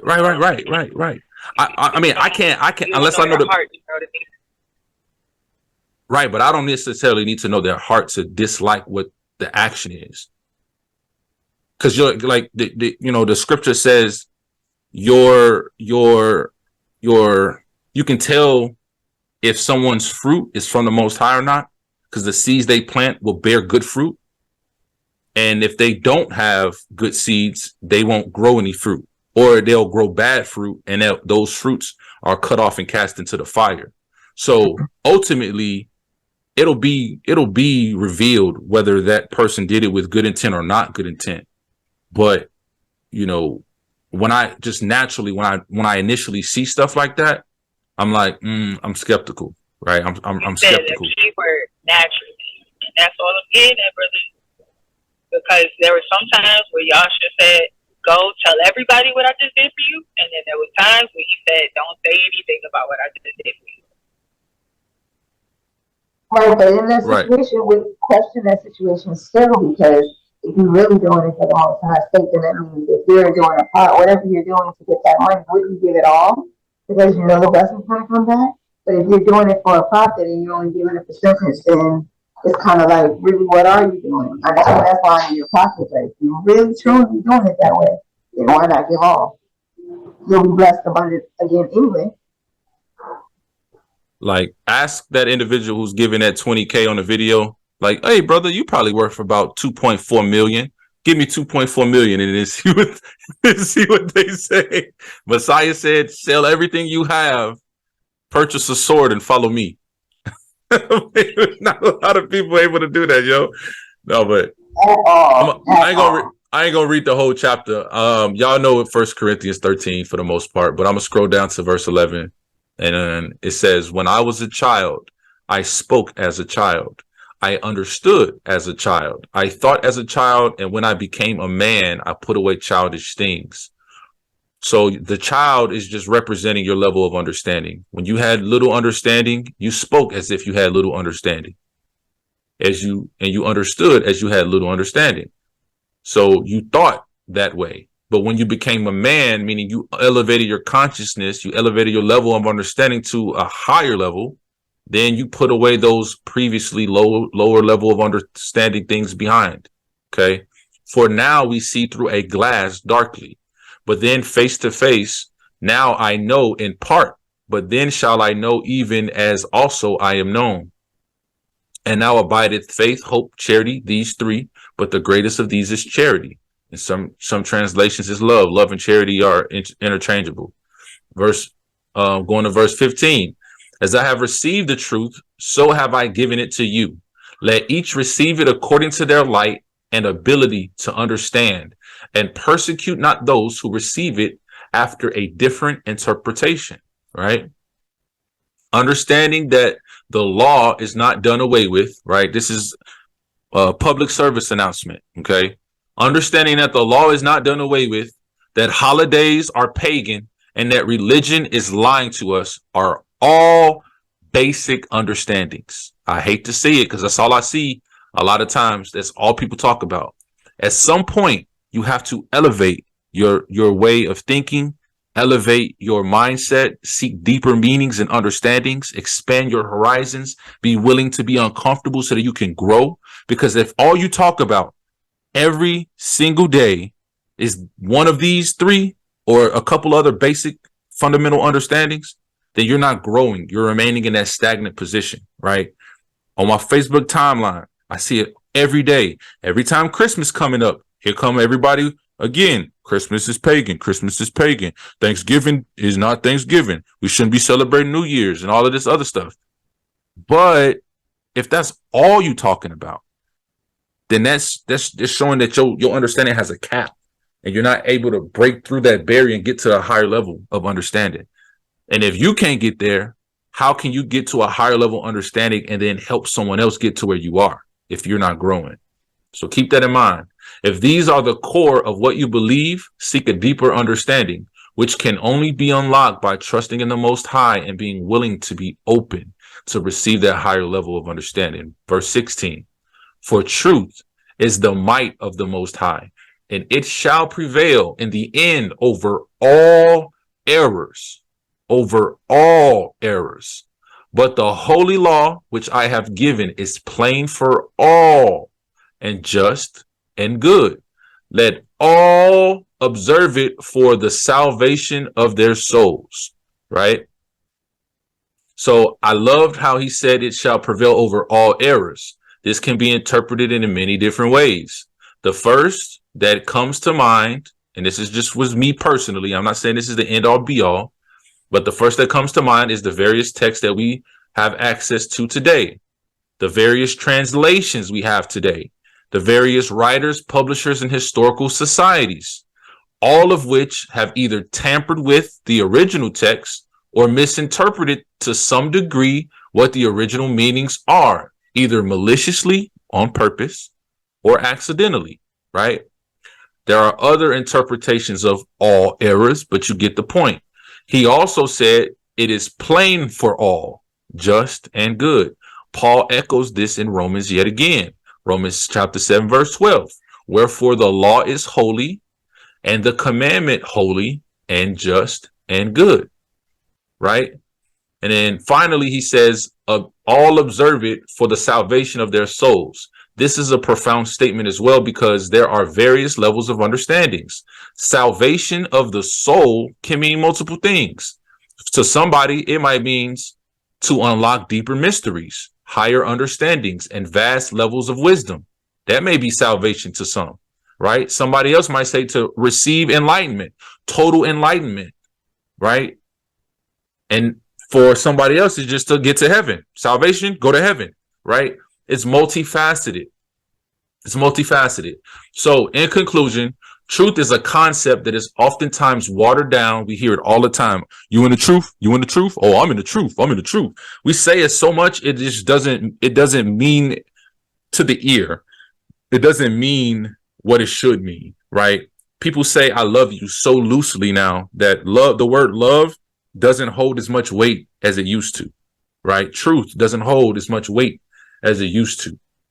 It oftentimes watered down by our basic levels of understanding. People are hasty and considered to have the truth or understand the truth, i.e., like I said, be in the truth, but lack the capacity to gain higher levels of consciousness. We must always examine ourselves to seek a closer relationship with the Father, because he is within us. He's within each and every one of us, as well as be diligent on our studies. We must remember that there is a reason why we have the certain level of understanding we have. It may be a stepping stone to something greater. We may be close to a breakthrough on the ladder or another high point on the mountain. Maintaining an open mindset is key to reaching that next level. What you currently know is not the end all be all. Aristotle famously wrote, right? I'm quoting Aristotle here. The more you know, the more you realize you don't know, right? Like I said, anybody read the Bible cover to cover and then realize when you got done with it that you didn't know nothing, you don't know anything? Same thing, you know what I'm saying? And then I saw this on Google and I thought this was absolutely, mind blowing. So you see here, right? It says the peak of Mount Stupid, because it's, you're getting to the highest point. And then it swoops down and it says the Valley of Despair. And then you start to go up a little bit, the slope of enlightenment, the plateau of sustainability. But this continues on and you start right back here. And then you get to the peak of stupidity. Once you realize that you learn, and once you know more, you realize you don't know anything. And then you get back on the grind and you study, you learn more, and you get so much information, you get to a peak again. And it's a cycle over and over and over again. This is just with anything, right? Life, scripture, spirit, spiritual things, all of that. The more we know, the more we realize we know nothing at all, because the vastness of the truth and its various multifaceted complexities are beyond our comprehension. Just learning the brain alone is a forever task. Forever. It's so crazy how much stuff just with the brain. That's not adding any other part of your body. That's just the brain. Crazy. When we understand this principle, we become teachable. We become open. We become ready to receive whatever truth it is that the Most High wants to bestow upon us. And when we come into contact with others, regardless of their understanding level or different perspectives, always show love and respect to them, because they too are a child of the Most High like you. The information you share may be a seed. They may blossom into a beautiful fruit in their walk with them later, even if the initial response to your information appears to not be received well. Just like it took you time, energy, hardship, money, prayer, fasting, and scholarship to get to your current level of understanding. Thus, it may take them the same. Some less time, some more time, right? Always be willing to share, always be willing to listen in brotherhood or sisterhood. If you see that someone lacks the capacity to comprehend, it's okay. Meet them at their level and continue to build. Never forget where you came from. Doctrines of yesterday crumble under true context of the text, just as doctrines of tomorrow are born from the unlocking of deeper meanings, right? The Messiah spoke in parables, allegory, symbolism, and other various forms of presenting information for those who have the capacity to grasp the teaching. But even then, as we see throughout the various gospels, that even his 12, whom he had hand selected to follow him and to carry out his ministry, didn't always comprehend. If they couldn't always understand, it's understandable that we won't either. Be patient, be kind, be diligent, and most of all, be obedient in love, and all will eventually be revealed. So that's all that I have on that. Very deep. It's very good. But yeah, like I said, sis, I get what you're saying, right? I'm not knocking them. Like, if they do that, they can do that. I personally just don't like it. So I personally wouldn't do that. If I had the money to be giving folks $10,000 on the street like that, if I did that, I would do it on a low key. It wouldn't be on no video, or it wouldn't be on no YouTube or something like that. Now, if people are around, like say I walk into a store and I give them some money, and then the people in that area, if they happen to see it in the act of it, right? Because I'm not walking up to them and I'm like, hey, here you go, But if they see that, then that may be a witness to them, right? They could be like, wow, there is still good in the world. Wow, we should be more giving. But I'm not going to publicize that for monetary gain to then line my pockets. You know what I'm saying? Because all of that money really truly is a tax write-off. But that's just my take on it. Again, based on all of this, it could be an aspect of truth that I haven't understood yet, right? I might have to get a couple more levels up on the ladder before I see that and go, oh, that's totally cool. You know what I'm saying? Never be 100% against whatever you hear or see, because you never know what's going to happen next. But that's just currently the level of the ladder that I'm on, or the plateau of the mountain that I'm on. Does anybody have any questions about this lesson? No. That was good. I liked it. Any kind of, yeah, man. Like, I read it. When did I read this? I read this like I want to say a week and a half ago, maybe a week ago. Probably not a whole week and a half ago. But man, and there was a lot more to it, right?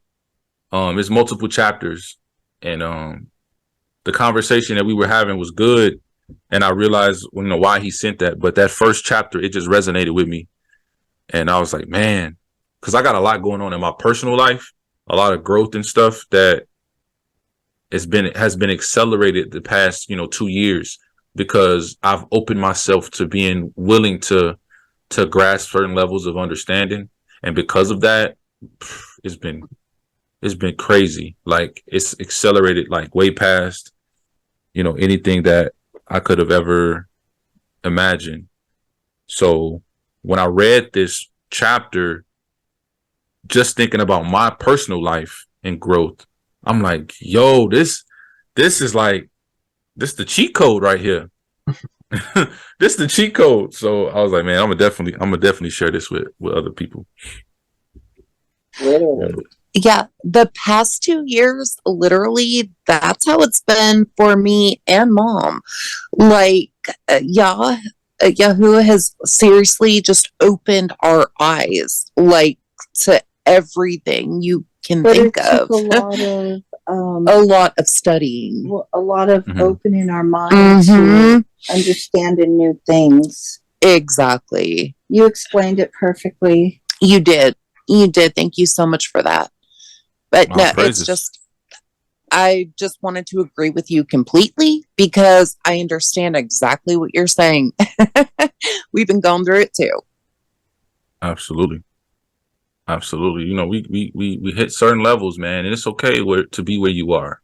If you find yourself, you know, whether you're busy, maybe you got a lot going on in your personal life, you don't have a lot of time to read your Bible. Okay, I get it. I understand. Right. But understand that with that, you can't expect to have higher biblical understanding if you're not reading. Right. But then at the same time, if you want to get more, you got to pick up a book and read. You know what I'm saying? You got to pick up a book and read. And Well, it's just like Messiah says, you know, blessed are those who hunger and thirst for righteousness. You know, and if you hunger and thirst for righteousness, you're gonna do that. You're gonna make the time to do that. You know, regardless how much is going on in your life. Now, if you're not hungering and thirsting at the time, and you got a whole bunch of stuff going on, you know, that's where you are at that time. You know what I'm saying? But then if you're not, then you're not going to have the blessings, right? The blessings come with hungering and thirsting for righteousness.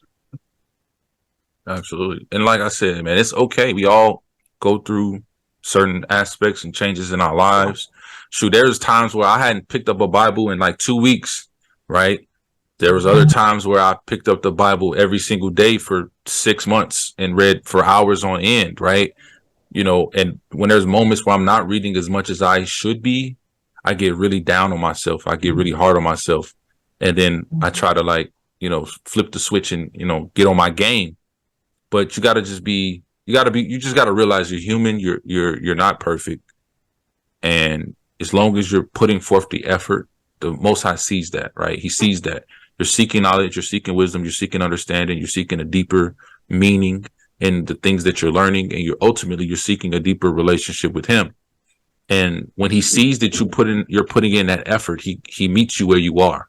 He meets you where you are, and He gives you what you need to get to that next level. You have to initiate and start that process for Him to meet you where you are, if that makes any sense, right? Oh, yeah. So And it's honestly a freeing situation to live in truth. It really is freeing because when you really think about it, you really have no stress because you already know. Well, not so much as know, you understand exactly what's happening, what the word is saying, and what He's told us, you know, to help us get through. So it's just for me, a personal experience. I can't speak for anybody else. It's just more of a peace that surpasses all understanding. like if you've been living your life on your own terms and it just hasn't been working out for you, right? Because you're doing things your way, and you have all of this stress, all of these burdens, these burnt bridges. You're burdened down with all of this just negative. Then you realize by just submitting to the Most High and giving Him your load, and then receiving His load, and He says His burden is light and his yoke is easy, then you realize I've been doing this way harder than I've had to my entire life. Because now I'm free. I'm more free now in Him than I was in the world, so-called independent and free of all of this other stuff, right? And then you realize, like, this is how I want to be. I want more of this. And then you begin to kind of seek Him more and stuff like that. But, you know, contrary to popular belief, knowing more doesn't necessarily bog you down. It's actually liberating. It's actually liberating. You So say that to me all the time, cousin, when I come to you with new stuff. You feel liberated, don't you?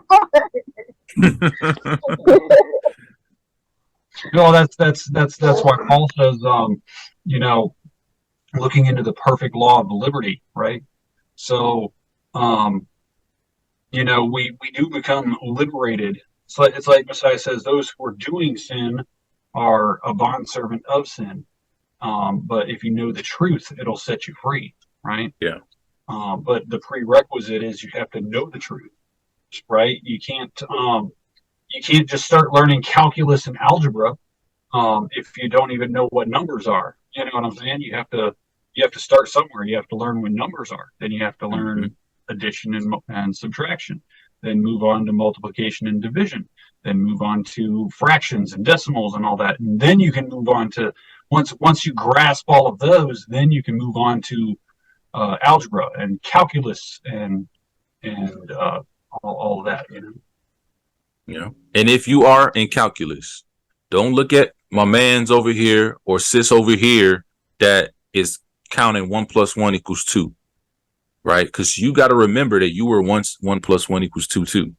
It might have been a while ago, but you were there. So what happened when you were there? You had somebody help you. You had somebody give you some kind of information, you know, taught you addition, subtraction, multiplication, division. And then you got to where you are now, right? So now when you see them at that 1 + 1 = 2, do the same for them. Don't be like, oh, you this, you this, you this, you that, right? You know, a lot of times when we come into a new sense of information, more so speaking towards people who just come into the so-called truth, Hebrew Israelites, we go through this phase of bashing Christianity, bashing the hell out of Christianity, right?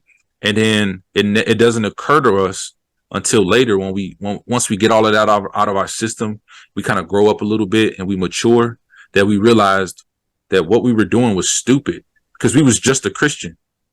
You was a Christian on Monday. You probably studied for like 3 days, realized that Christianity was false, and then you bashing Christians on Friday.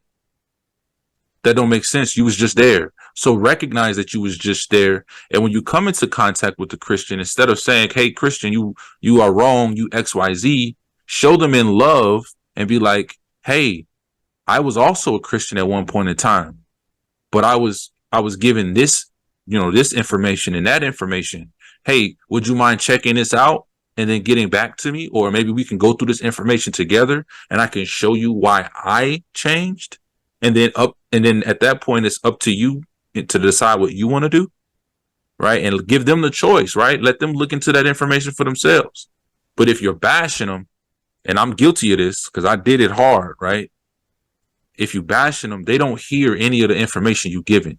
Even if you're dropping script upon script upon script, Right. they don't hear none of that. All they hear is this person is not somebody like Christ. And I used to come with the, oh, Christ turned over tables. He called people dogs. He called people brood of vipers. Woo, woo, woo, right?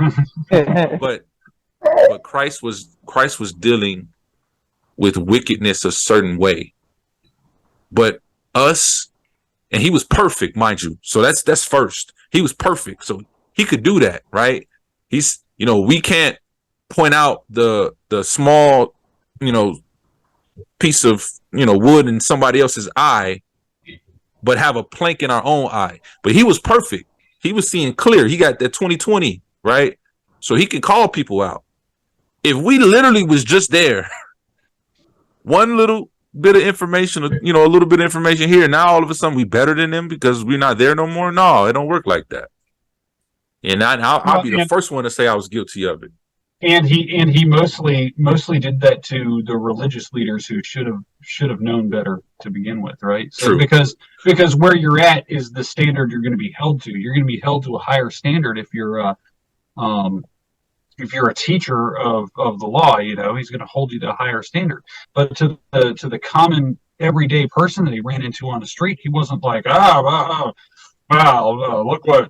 what this says, and you're not doing it, right? It was to the religious leaders who were trying to condemn other people that he's saying this to, you know? So yeah, absolutely. unfortunately, a lot of the religious leaders in both Christianity and in Hebrew Israelite are stuck in a perpetual state of drinking milk. And since they have status and they have congregations and they have people that follow them and they have yes men that surrounds them all day, every day, there is absolutely no encouragement to be better, to gain a higher level of understanding, to actually truly seek out the scripture, because what their path is, it's already been written for them. They're literally just following in the footsteps of the person who was before them. And so you're forced to be in this box, this religious box, and you're never going to grow, you know. And there are some that do, right? They get hit with different information and then they try to switch things up. You see people losing their congregations because they start teaching about keeping the feast days and the law.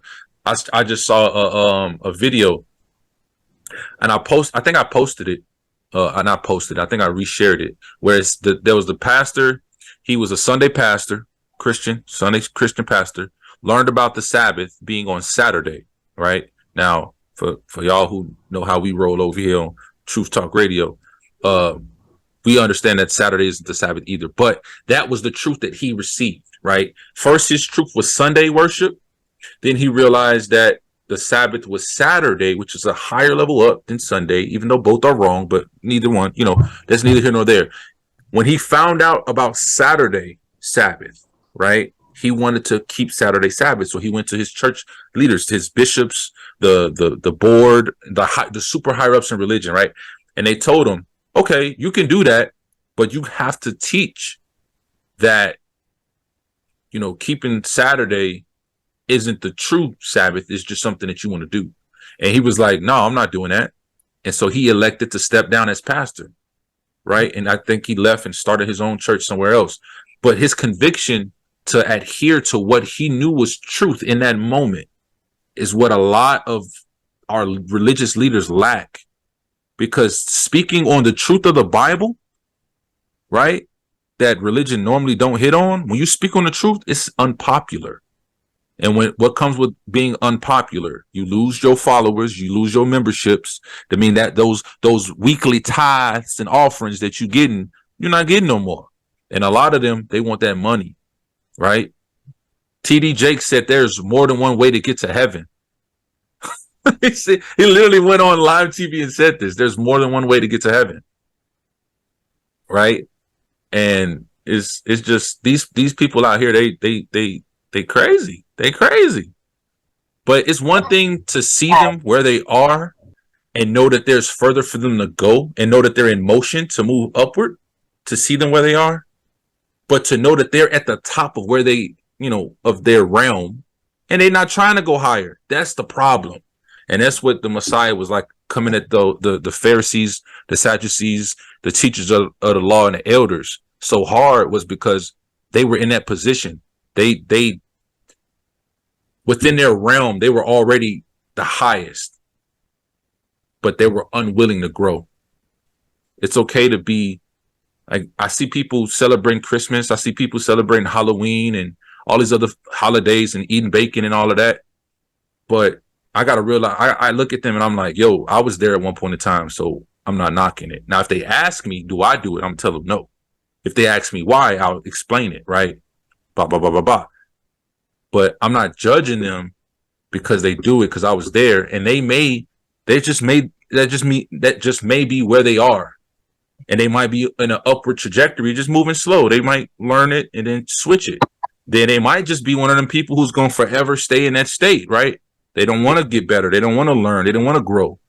But they're going to have to answer to that, right? At some point. Because when you get more information, you're held accountable to that information.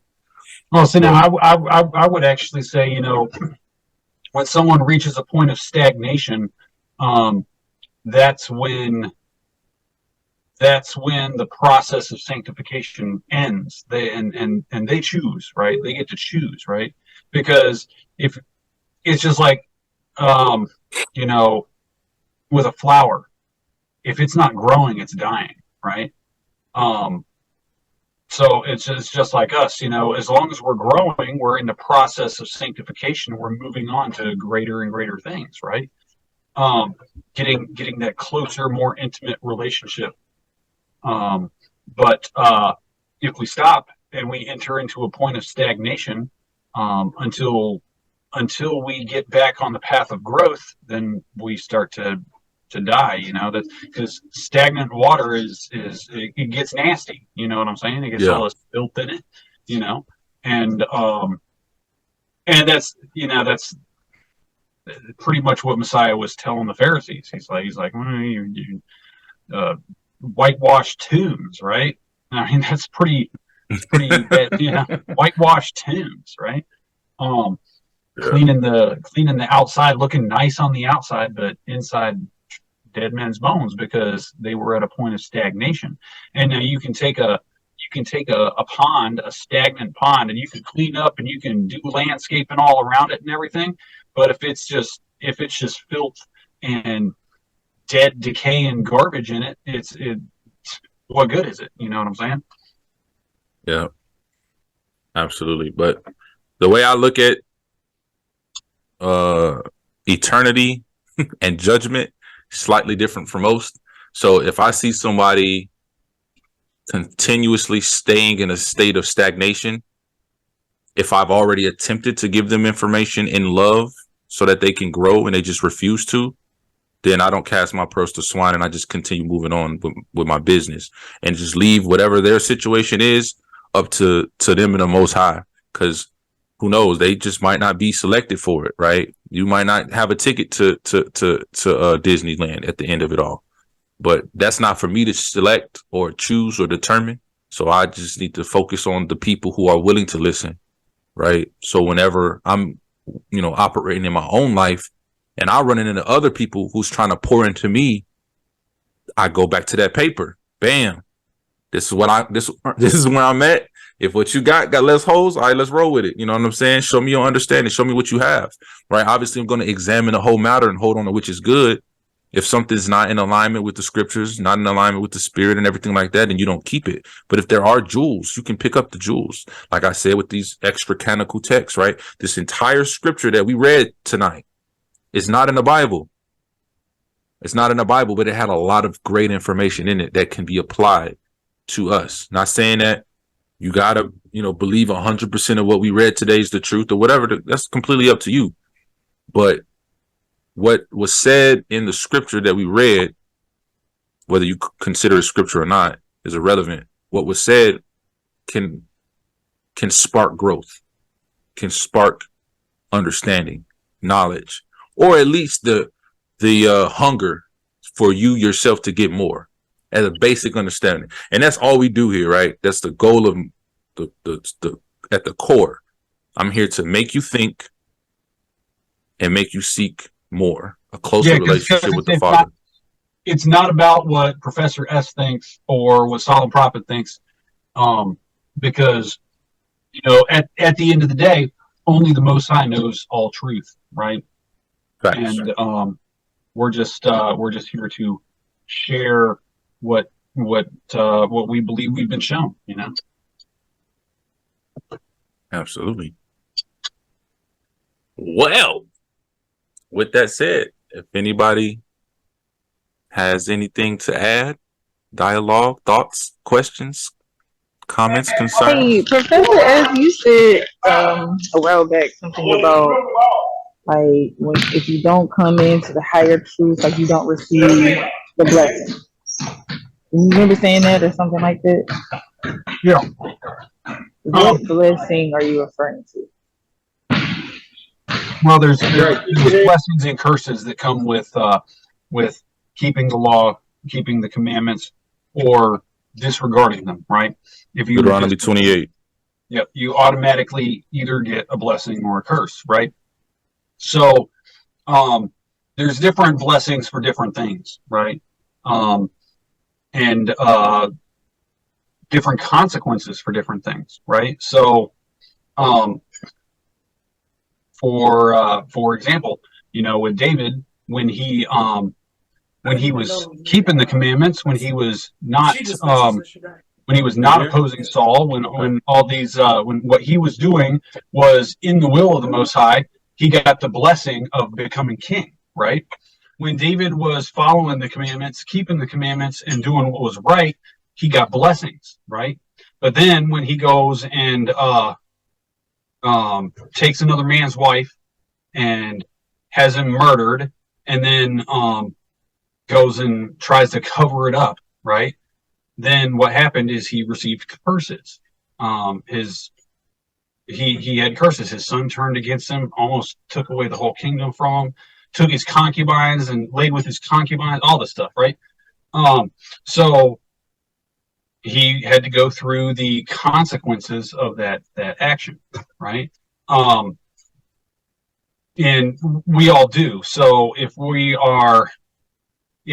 choose to remain stagnant, then we're going to have the consequences of the stagnation, right? Whereas if we choose to continue growing and expand and gain more knowledge and understanding, then we're going to receive the blessings that go along with those. And it would be different for the blessing that you receive would be different depending on what it is that you are gaining a new understanding of, let's say, right? So it's not like there's a particular blessing for a particular, in general. It's just each thing has its own blessing. Like, for example, if you stop eating swine and shellfish, slimy sea creatures, then the blessing is that you have a healthier body, right? Whereas if you do eat those things, then the curse is you're going to have the diseases that come along with eating those things, right? Because you're going to increase the levels of toxicity in your body, and your body's not going to function as properly, right? I want to believe that, and one of the questions that came up to me this week was to research what is a blessing. Because you've got so many people, Christians even, right, who do what they feel is the truth. We talk about truth, and still have quote unquote blessings. You've got Muslims, whatever, that supposedly keep the law. You've got Jewish people who keep these laws, but are still having the same problems that people who are considered quote unquote baby Christians have. You've got people who, I've seen interviews from women, 90 something years old, what's the secret to living so long? Eat all the bacon you want. You know what I'm saying? Like, it is not even a fact that says, hey, if you eat pork or if you eat shellfish, then you're gonna have these diseases. You know what I mean? There's people who don't, but are still healthy. So it can be ambiguous in choosing certain walks because of a blessing. People who are rich, famous, out here on TV, they got a lot of money. That's looked at as a blessing, right? But you got people who is it really a blessing? That's something we need to consider. Is it really a blessing? Because having a lot of money can be a blessing to some people, right? But having a lot of money can also be to their detriment as well. And you can see that with a lot of these celebrities that they become famous, and then 5 years down the road, all their relationships are in shambles. They're addicted to all kinds of dope, and they're shaving their head, right? Having mental breakdown. So with in those cases, having that money was not a blessing to them because it enabled them to do things that they shouldn't have done, right? So blessings are kind of subjective, but let's let me read what the definition of the word blessing is. That'll give us a little more insight into it, right? Blessing is barakah. It's strong number 81293. And it means prosperity. And it's from 1288. So let's look at the root word there. 1288. All right. Which is the root is barak, and that is to kneel, by implication to bless God, an act of adoration, or vice versa. Also, by euphemism, abundantly, all together, bless, congratulate, greatly, indeed, kneel down, praise, salute, still, thank, right? So, what we consider as blessings, I mean, different people can take things different ways, right? Like if something seemingly bad happens to somebody, right? You could, most people would consider that to be a curse. Oh man, I can't believe you got in that car accident, right? But it's subjective to the person who it happened to, because that could be what they needed, right? Like, let's say, I mean, it could be a blessing in the sense that they got in a car wreck and they used to drive recklessly, right? And then they get in a car wreck and now they change the way they drive. So it became a blessing to them because now all of a sudden they're no longer driving recklessly and putting other people's lives at danger, right? So that could have been a blessing to them in that way. Or it could be that they needed some money and they get a major insurance settlement that they were not expecting, right? Right. That could be a blessing. But it's, I get what you're saying. It's subjective, like especially learning more about manifestation, right? mhm. You manifest. You say, I really want a new house, a brand new house, right? And you focus on it. You manifesting it, and then your house, your current house, burns down. Everybody else that sees that, oh man, I'm so sorry. Your house burned down. Do you need anything? You lost everything, and then you might take that as a negative incident. Yo, my house just burned down. Oh man, I just lost everything, right? But when you were manifesting that new home, your old home burned down so that you can now get that new home. But if you're privy to that, right, you might say, okay, I'm expecting a new house, so that now that my house just burned down, it's exactly what I needed. This is a blessing. It's a blessing. I was ready for this. I'm ready for my new crib, right? So it's all subjective to the perspective of the individual. And just because, just because certain people are doing certain things and they live a long life, doesn't mean that the things that they were doing during their life is what's sustaining them, right? If I jump out into the middle of traffic every day for a whole week and I don't get hit by a car, me not getting hit by a car doesn't mean that it's okay to jump into traffic. You know what I'm saying? So if you're eating, a lot of the things that Leviticus 11 tells us not to eat because those things are indeed unhealthy for the body, then there's a reason why we're instructed not to eat them. But if you eating pork chops every day and you still live to be 90, it wasn't the pork chops that sustained you. It's just that, if anything, you should take it as a blessing that you were consuming pork chops for such a long period of time and you were able to live to 90. Somebody was looking out for you. Somebody was protecting you and allowing that food to not harm you the way, it may harm someone else. You see what I'm saying? Well, then again, also, like with that example, what if the last 15 years of that person's life they was laying up in bed and couldn't move because of the toxicity that accumulated in their system or whatever? Yeah, they might have lived to 90, but for 15 years, it was laying in bed miserable, right? So it might not even necessarily be a blessing for them. That could actually end up being a curse for them because, not being able to get out of bed and having to be fed all your food, and that's just not a blessing, right? But then maybe it is, I mean, it's. But yeah, exactly. It's not that eating the pork chops is what made them live that long. And maybe the last 15 or 20 years of their life was not quality years, and they would have been happier if they hadn't lived that long. You know what I'm saying? Because, I mean, it's not necessarily just that it's going to make you not live as long, right? I mean, it could also just make you live in less comfort, right? Right. If that answers the question, I mean, Yeah, I'm listening, taking it all in.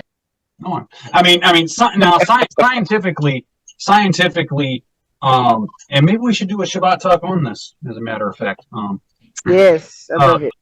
yes, scientifically there is,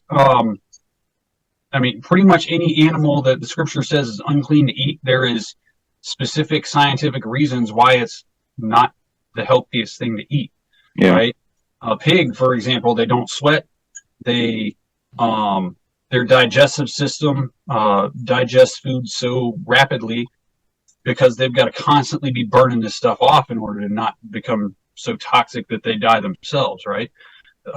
It digests things so rapidly that it's a very short amount of time. I forget how long it is, but a very short amount of time that whatever they eat, like within a few hours, becomes meat on their bones. So if they just got done eating a rotten carcass and some feces, then that's what your ham is. You know what I'm saying?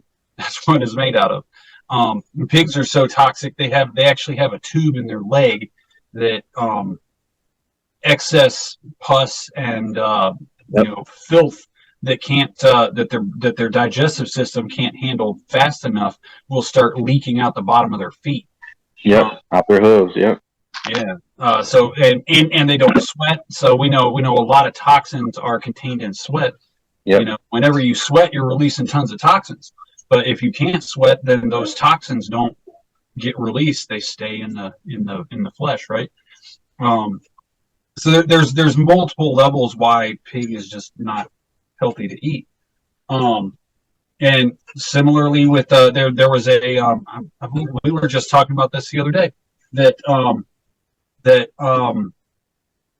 where scripture says that the animals from the seas and the oceans and the rivers that you should eat have fins and scales.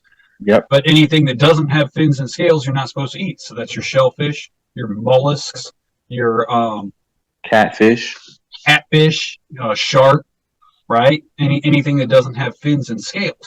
Well, a few years back, the Navy was conducted some research because the premise of the research was if someone's on a life raft and they have no food, but they're able to catch some fish out of the water until they're to sustain them until they're rescued, right?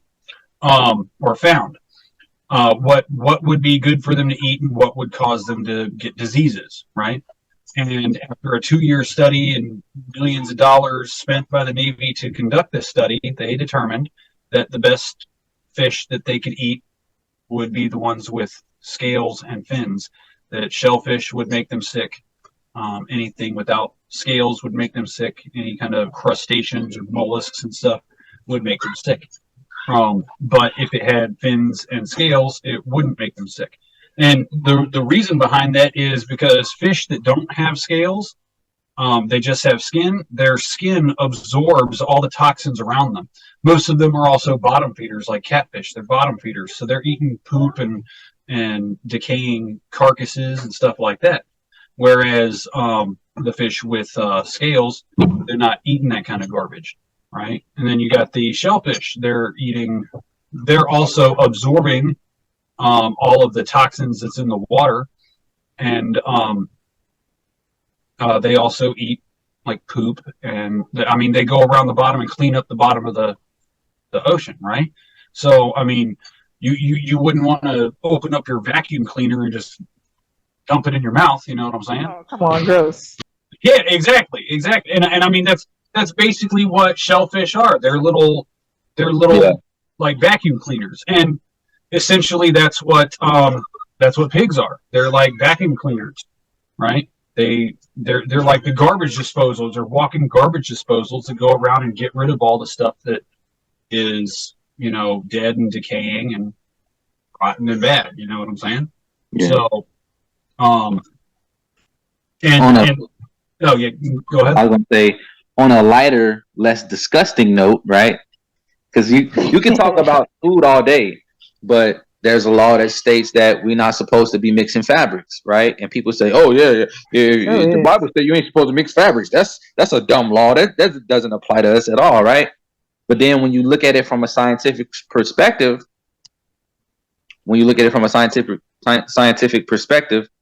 every single fabric has a certain frequency, right? And our bodies has a natural frequency. We have an electromagnetic field that surrounds us. You can't see it, but it's there. And this is scientifically proven as well. And certain fabrics with certain frequencies enhance our natural frequency. The electromagnetic field that we have interacts with the fabric that we wear. And if that fabric is 100% of that same type of fabric, then it has certain health benefits and it enhances certain things. But if you mix the fabrics with two separate frequencies, those frequencies tend to cancel out one another, and it becomes a negative frequency, and that negative frequency comes into contact with the electromagnetic field, our natural electromagnetic field, and then it causes different negative effects on the body. It starts draining energy. There's multiple studies done about linen, right, where the priest was supposed to wear linen, and then it specifically says not to mix linen and wool, right? The frequency of linen is 1,000, I think, and the frequency of wool is also 1,000. And if you wear one or the other, it actually enhances the frequencies in your body and will make you healthier and raise your vibrational frequency.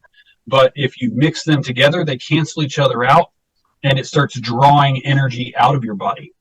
But it's also these are rules, right? Laws that most people just overlook. Oh, that's old. We don't have to do that no more. I don't got to deal with that. That's religious. It's in the Bible for a reason. It's not because the Most High is like, I created y'all. Y'all gonna do exactly as I say. I'm gonna give you all these dumb rules. It's arbitrary stuff. Arbitrary at all. There's a reason behind everything. I used to be that person to eat the stuff that they said you should eat, even being raised in the church. But again, that's when you gotta know better to do better. And now that I'm older in age and rereading the Bible and learning it, to stop eating it.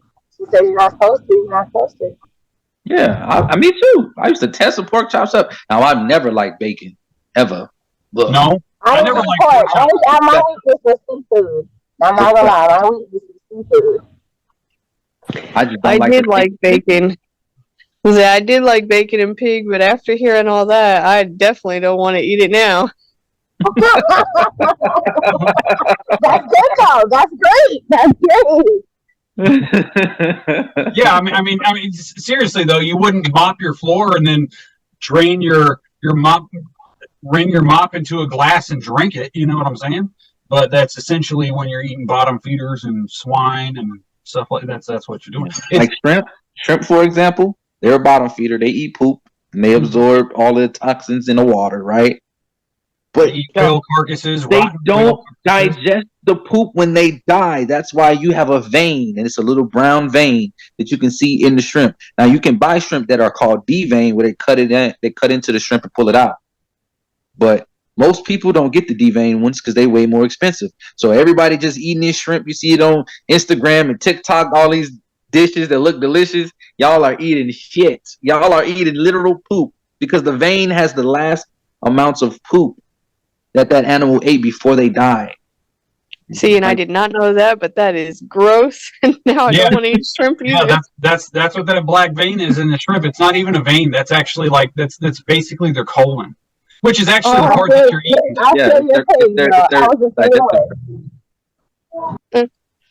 Yeah, we listen. I'm not trying to, what you call weird you out or whatever. I'm just being real with you.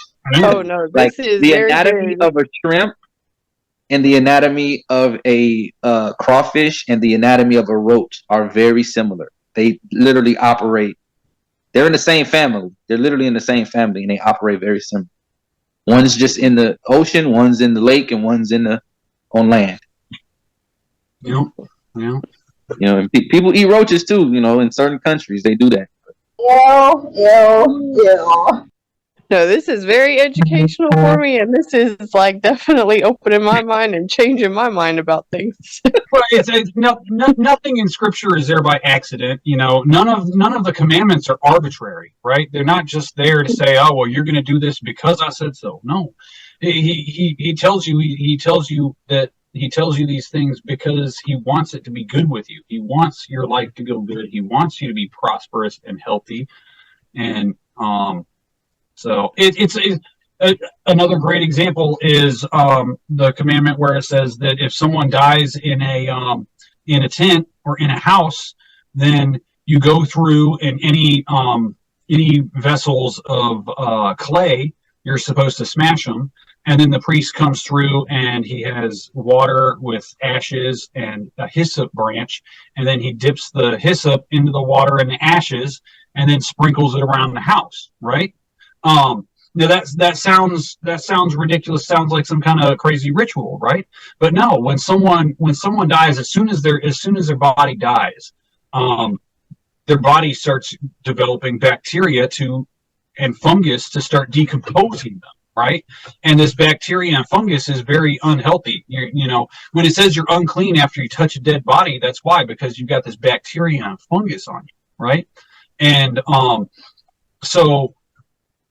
And it can cause diseases if you come in contact with a dead body. If you're messing around with a dead body, it can cause you to have diseases, you know. And the reason it says break all the clay vessels, but not the metal vessels, right? Clay is porous and it will absorb that bacteria. You can't wash it off.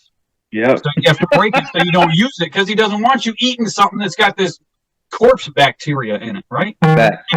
And then the dip in the hyssop and sprinkle it around the tent or around the house, that is actually like that's like one of the most perfect antibacterials. Hyssop, water, and ashes forms a antibacterial that will kill off all the bacteria once you take the body out, you bury it and everything. Then before you go into the house, you clean it, right? And it's antibacterial, and it cleans out all the bacteria in the house from the corpse that was just in there, right? But you know, it seems like something arbitrary and you know, ceremonial, right? But it's not. It's for a purpose. He tells you this because he wants you to be healthy. He doesn't want you getting this bacteria and it starting to degrade your body, right? Yeah, nothing he does is by coincidence. I'll tell you that much. No.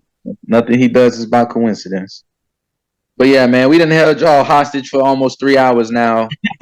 Oh, has it been that long? Wow. Yeah, it's been almost 3 hours and about 18 minutes. But yeah. Hey, I love all the questions and I love all the dialogue. Does anybody else have anything? I don't want to hope. If we still talking and you just like, okay, I've had enough, feel free to just dip. This group, listen, we be talking, you know what I'm saying? So, you know, it's my personally my favorite topic to talk about the Most High Scripture and stuff like that. So I can go forever, you know what I'm saying? But I don't want to hold y'all hostage. If anybody needs to leave, you know what I'm saying, by all means do so. If anybody wants to continue the conversation. I just wanted to say I am very grateful that you sent me the request so I could join and so I could listen in on this, because it has been very, like I said, educational and very good, and I am thankful to be able to hear in on everything. So thank you. I definitely want to listen every time from now on. I want to be able to join every time and hear. This has been very good for me. Crazy. Yeah, we do this every week. And if you can't make it live like you are tonight, you can just go on the YouTube channel and, you know, check out the various videos that we do too. And make sure to like and subscribe. That's what I was going to say. Like, comment, and subscribe. Like, subscribe, and comment. Yeah, they used to get on my case, man. Like, bro, you don't never advertise. And I'm like, because I don't do it for that. They're like, but listen, if you don't advertise and you don't, you know, put it out there, then there's less people that's actually hearing the message. And you want people to hear the message, right? I'm like, yeah, but you know, I ain't about that money and all of that. And they're like, no, listen, it's about the message. So I'll be trying to, okay, like, share, comment, subscribe to the channel, So yeah, but absolutely. Anybody got anything else? Nope. Okay. I will offer an open invitation. If anybody would like to begin to understand some of these deeper mysteries, understand, vibrational frequencies, manifestation, how it's connected to the scriptures. I know we did a Shabbat talk, kind of touching on it a little bit, but we didn't go too deep with it. But if you want to get an understanding of the certain things and start to see those things manifest in your own life, definitely hit us up, and we can definitely get some time, set aside some time. Now's the time to do it while I'm off work. Now's the time to do it, because once I get a job, boys, what I'm saying, it might be hard to catch a brother. So you might as well get it in while you can, you know what I'm saying? But absolutely, if you want to get deeper into it, we can definitely set some time up and do it, because it's mind blowing, definitely mind blowing. I've been trying to get people on this for a while, join, join a team, but oh man, I have been too, but I also understand.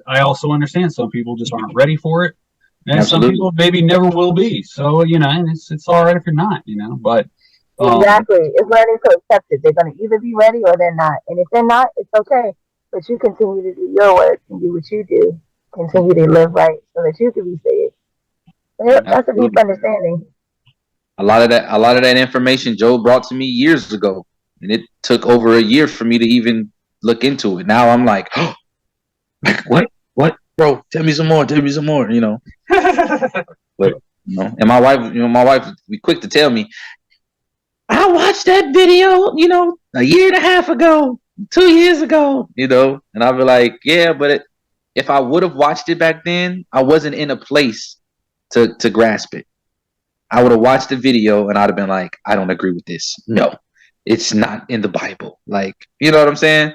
But I had to gain a better understanding of the Bible to now be able to, okay, so now when I hear it, I'm like, oh, that's exactly in the Bible right there. Bam. Okay, we can rock with it.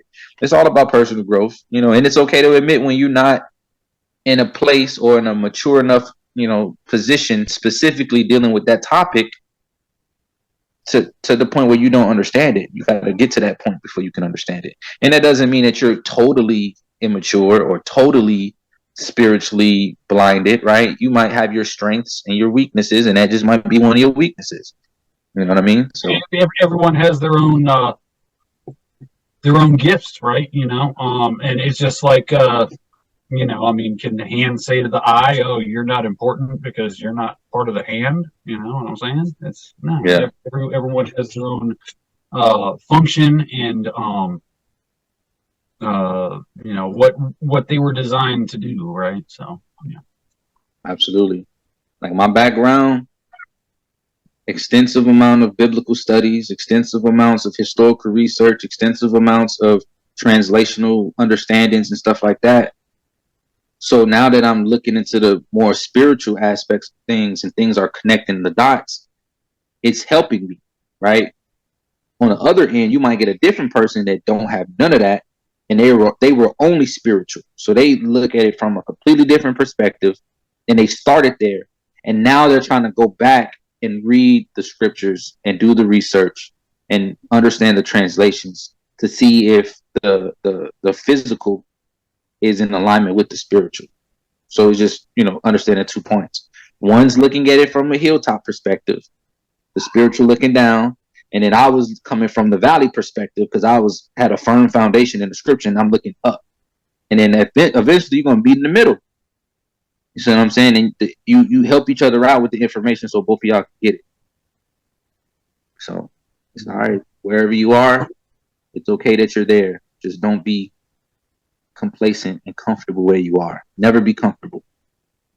Mm-hmm. Yep, because growth only happens with discomfort. I will leave you guys with a one of my favorite gospel songs. It's a song called Changes. The artist's name is Pastor. What's his name? Hold on, I'm gonna pull it up on my phone because I got it in my phone. And when I began to like understand the Bible more and change things in my life, I heard this song and it resonated so crazy. Yeah, his name is Pastor William Murphy III.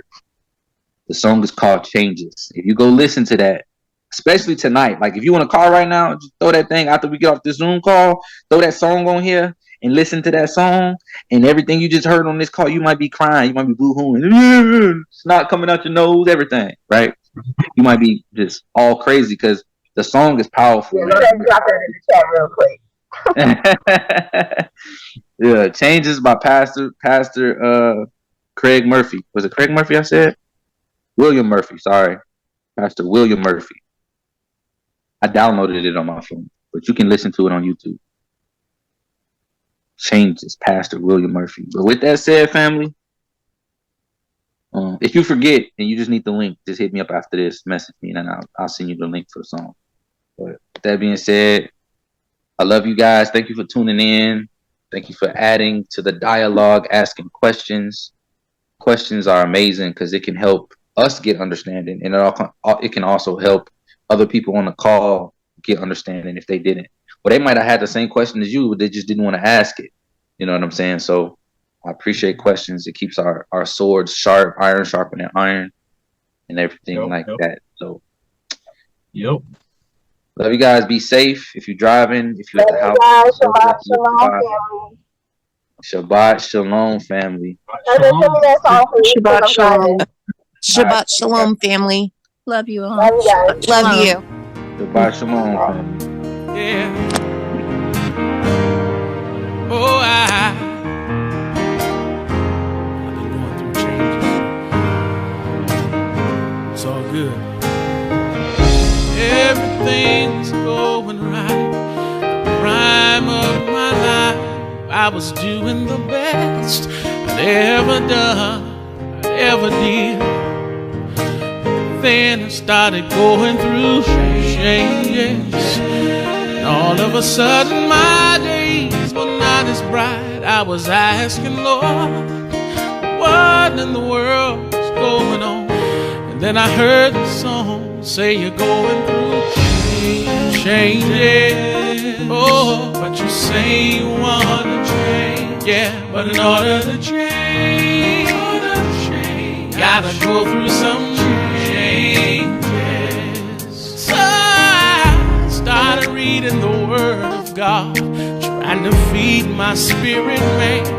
Now I know I can't do anything, y'all. It's through Jesus. Oh, yes.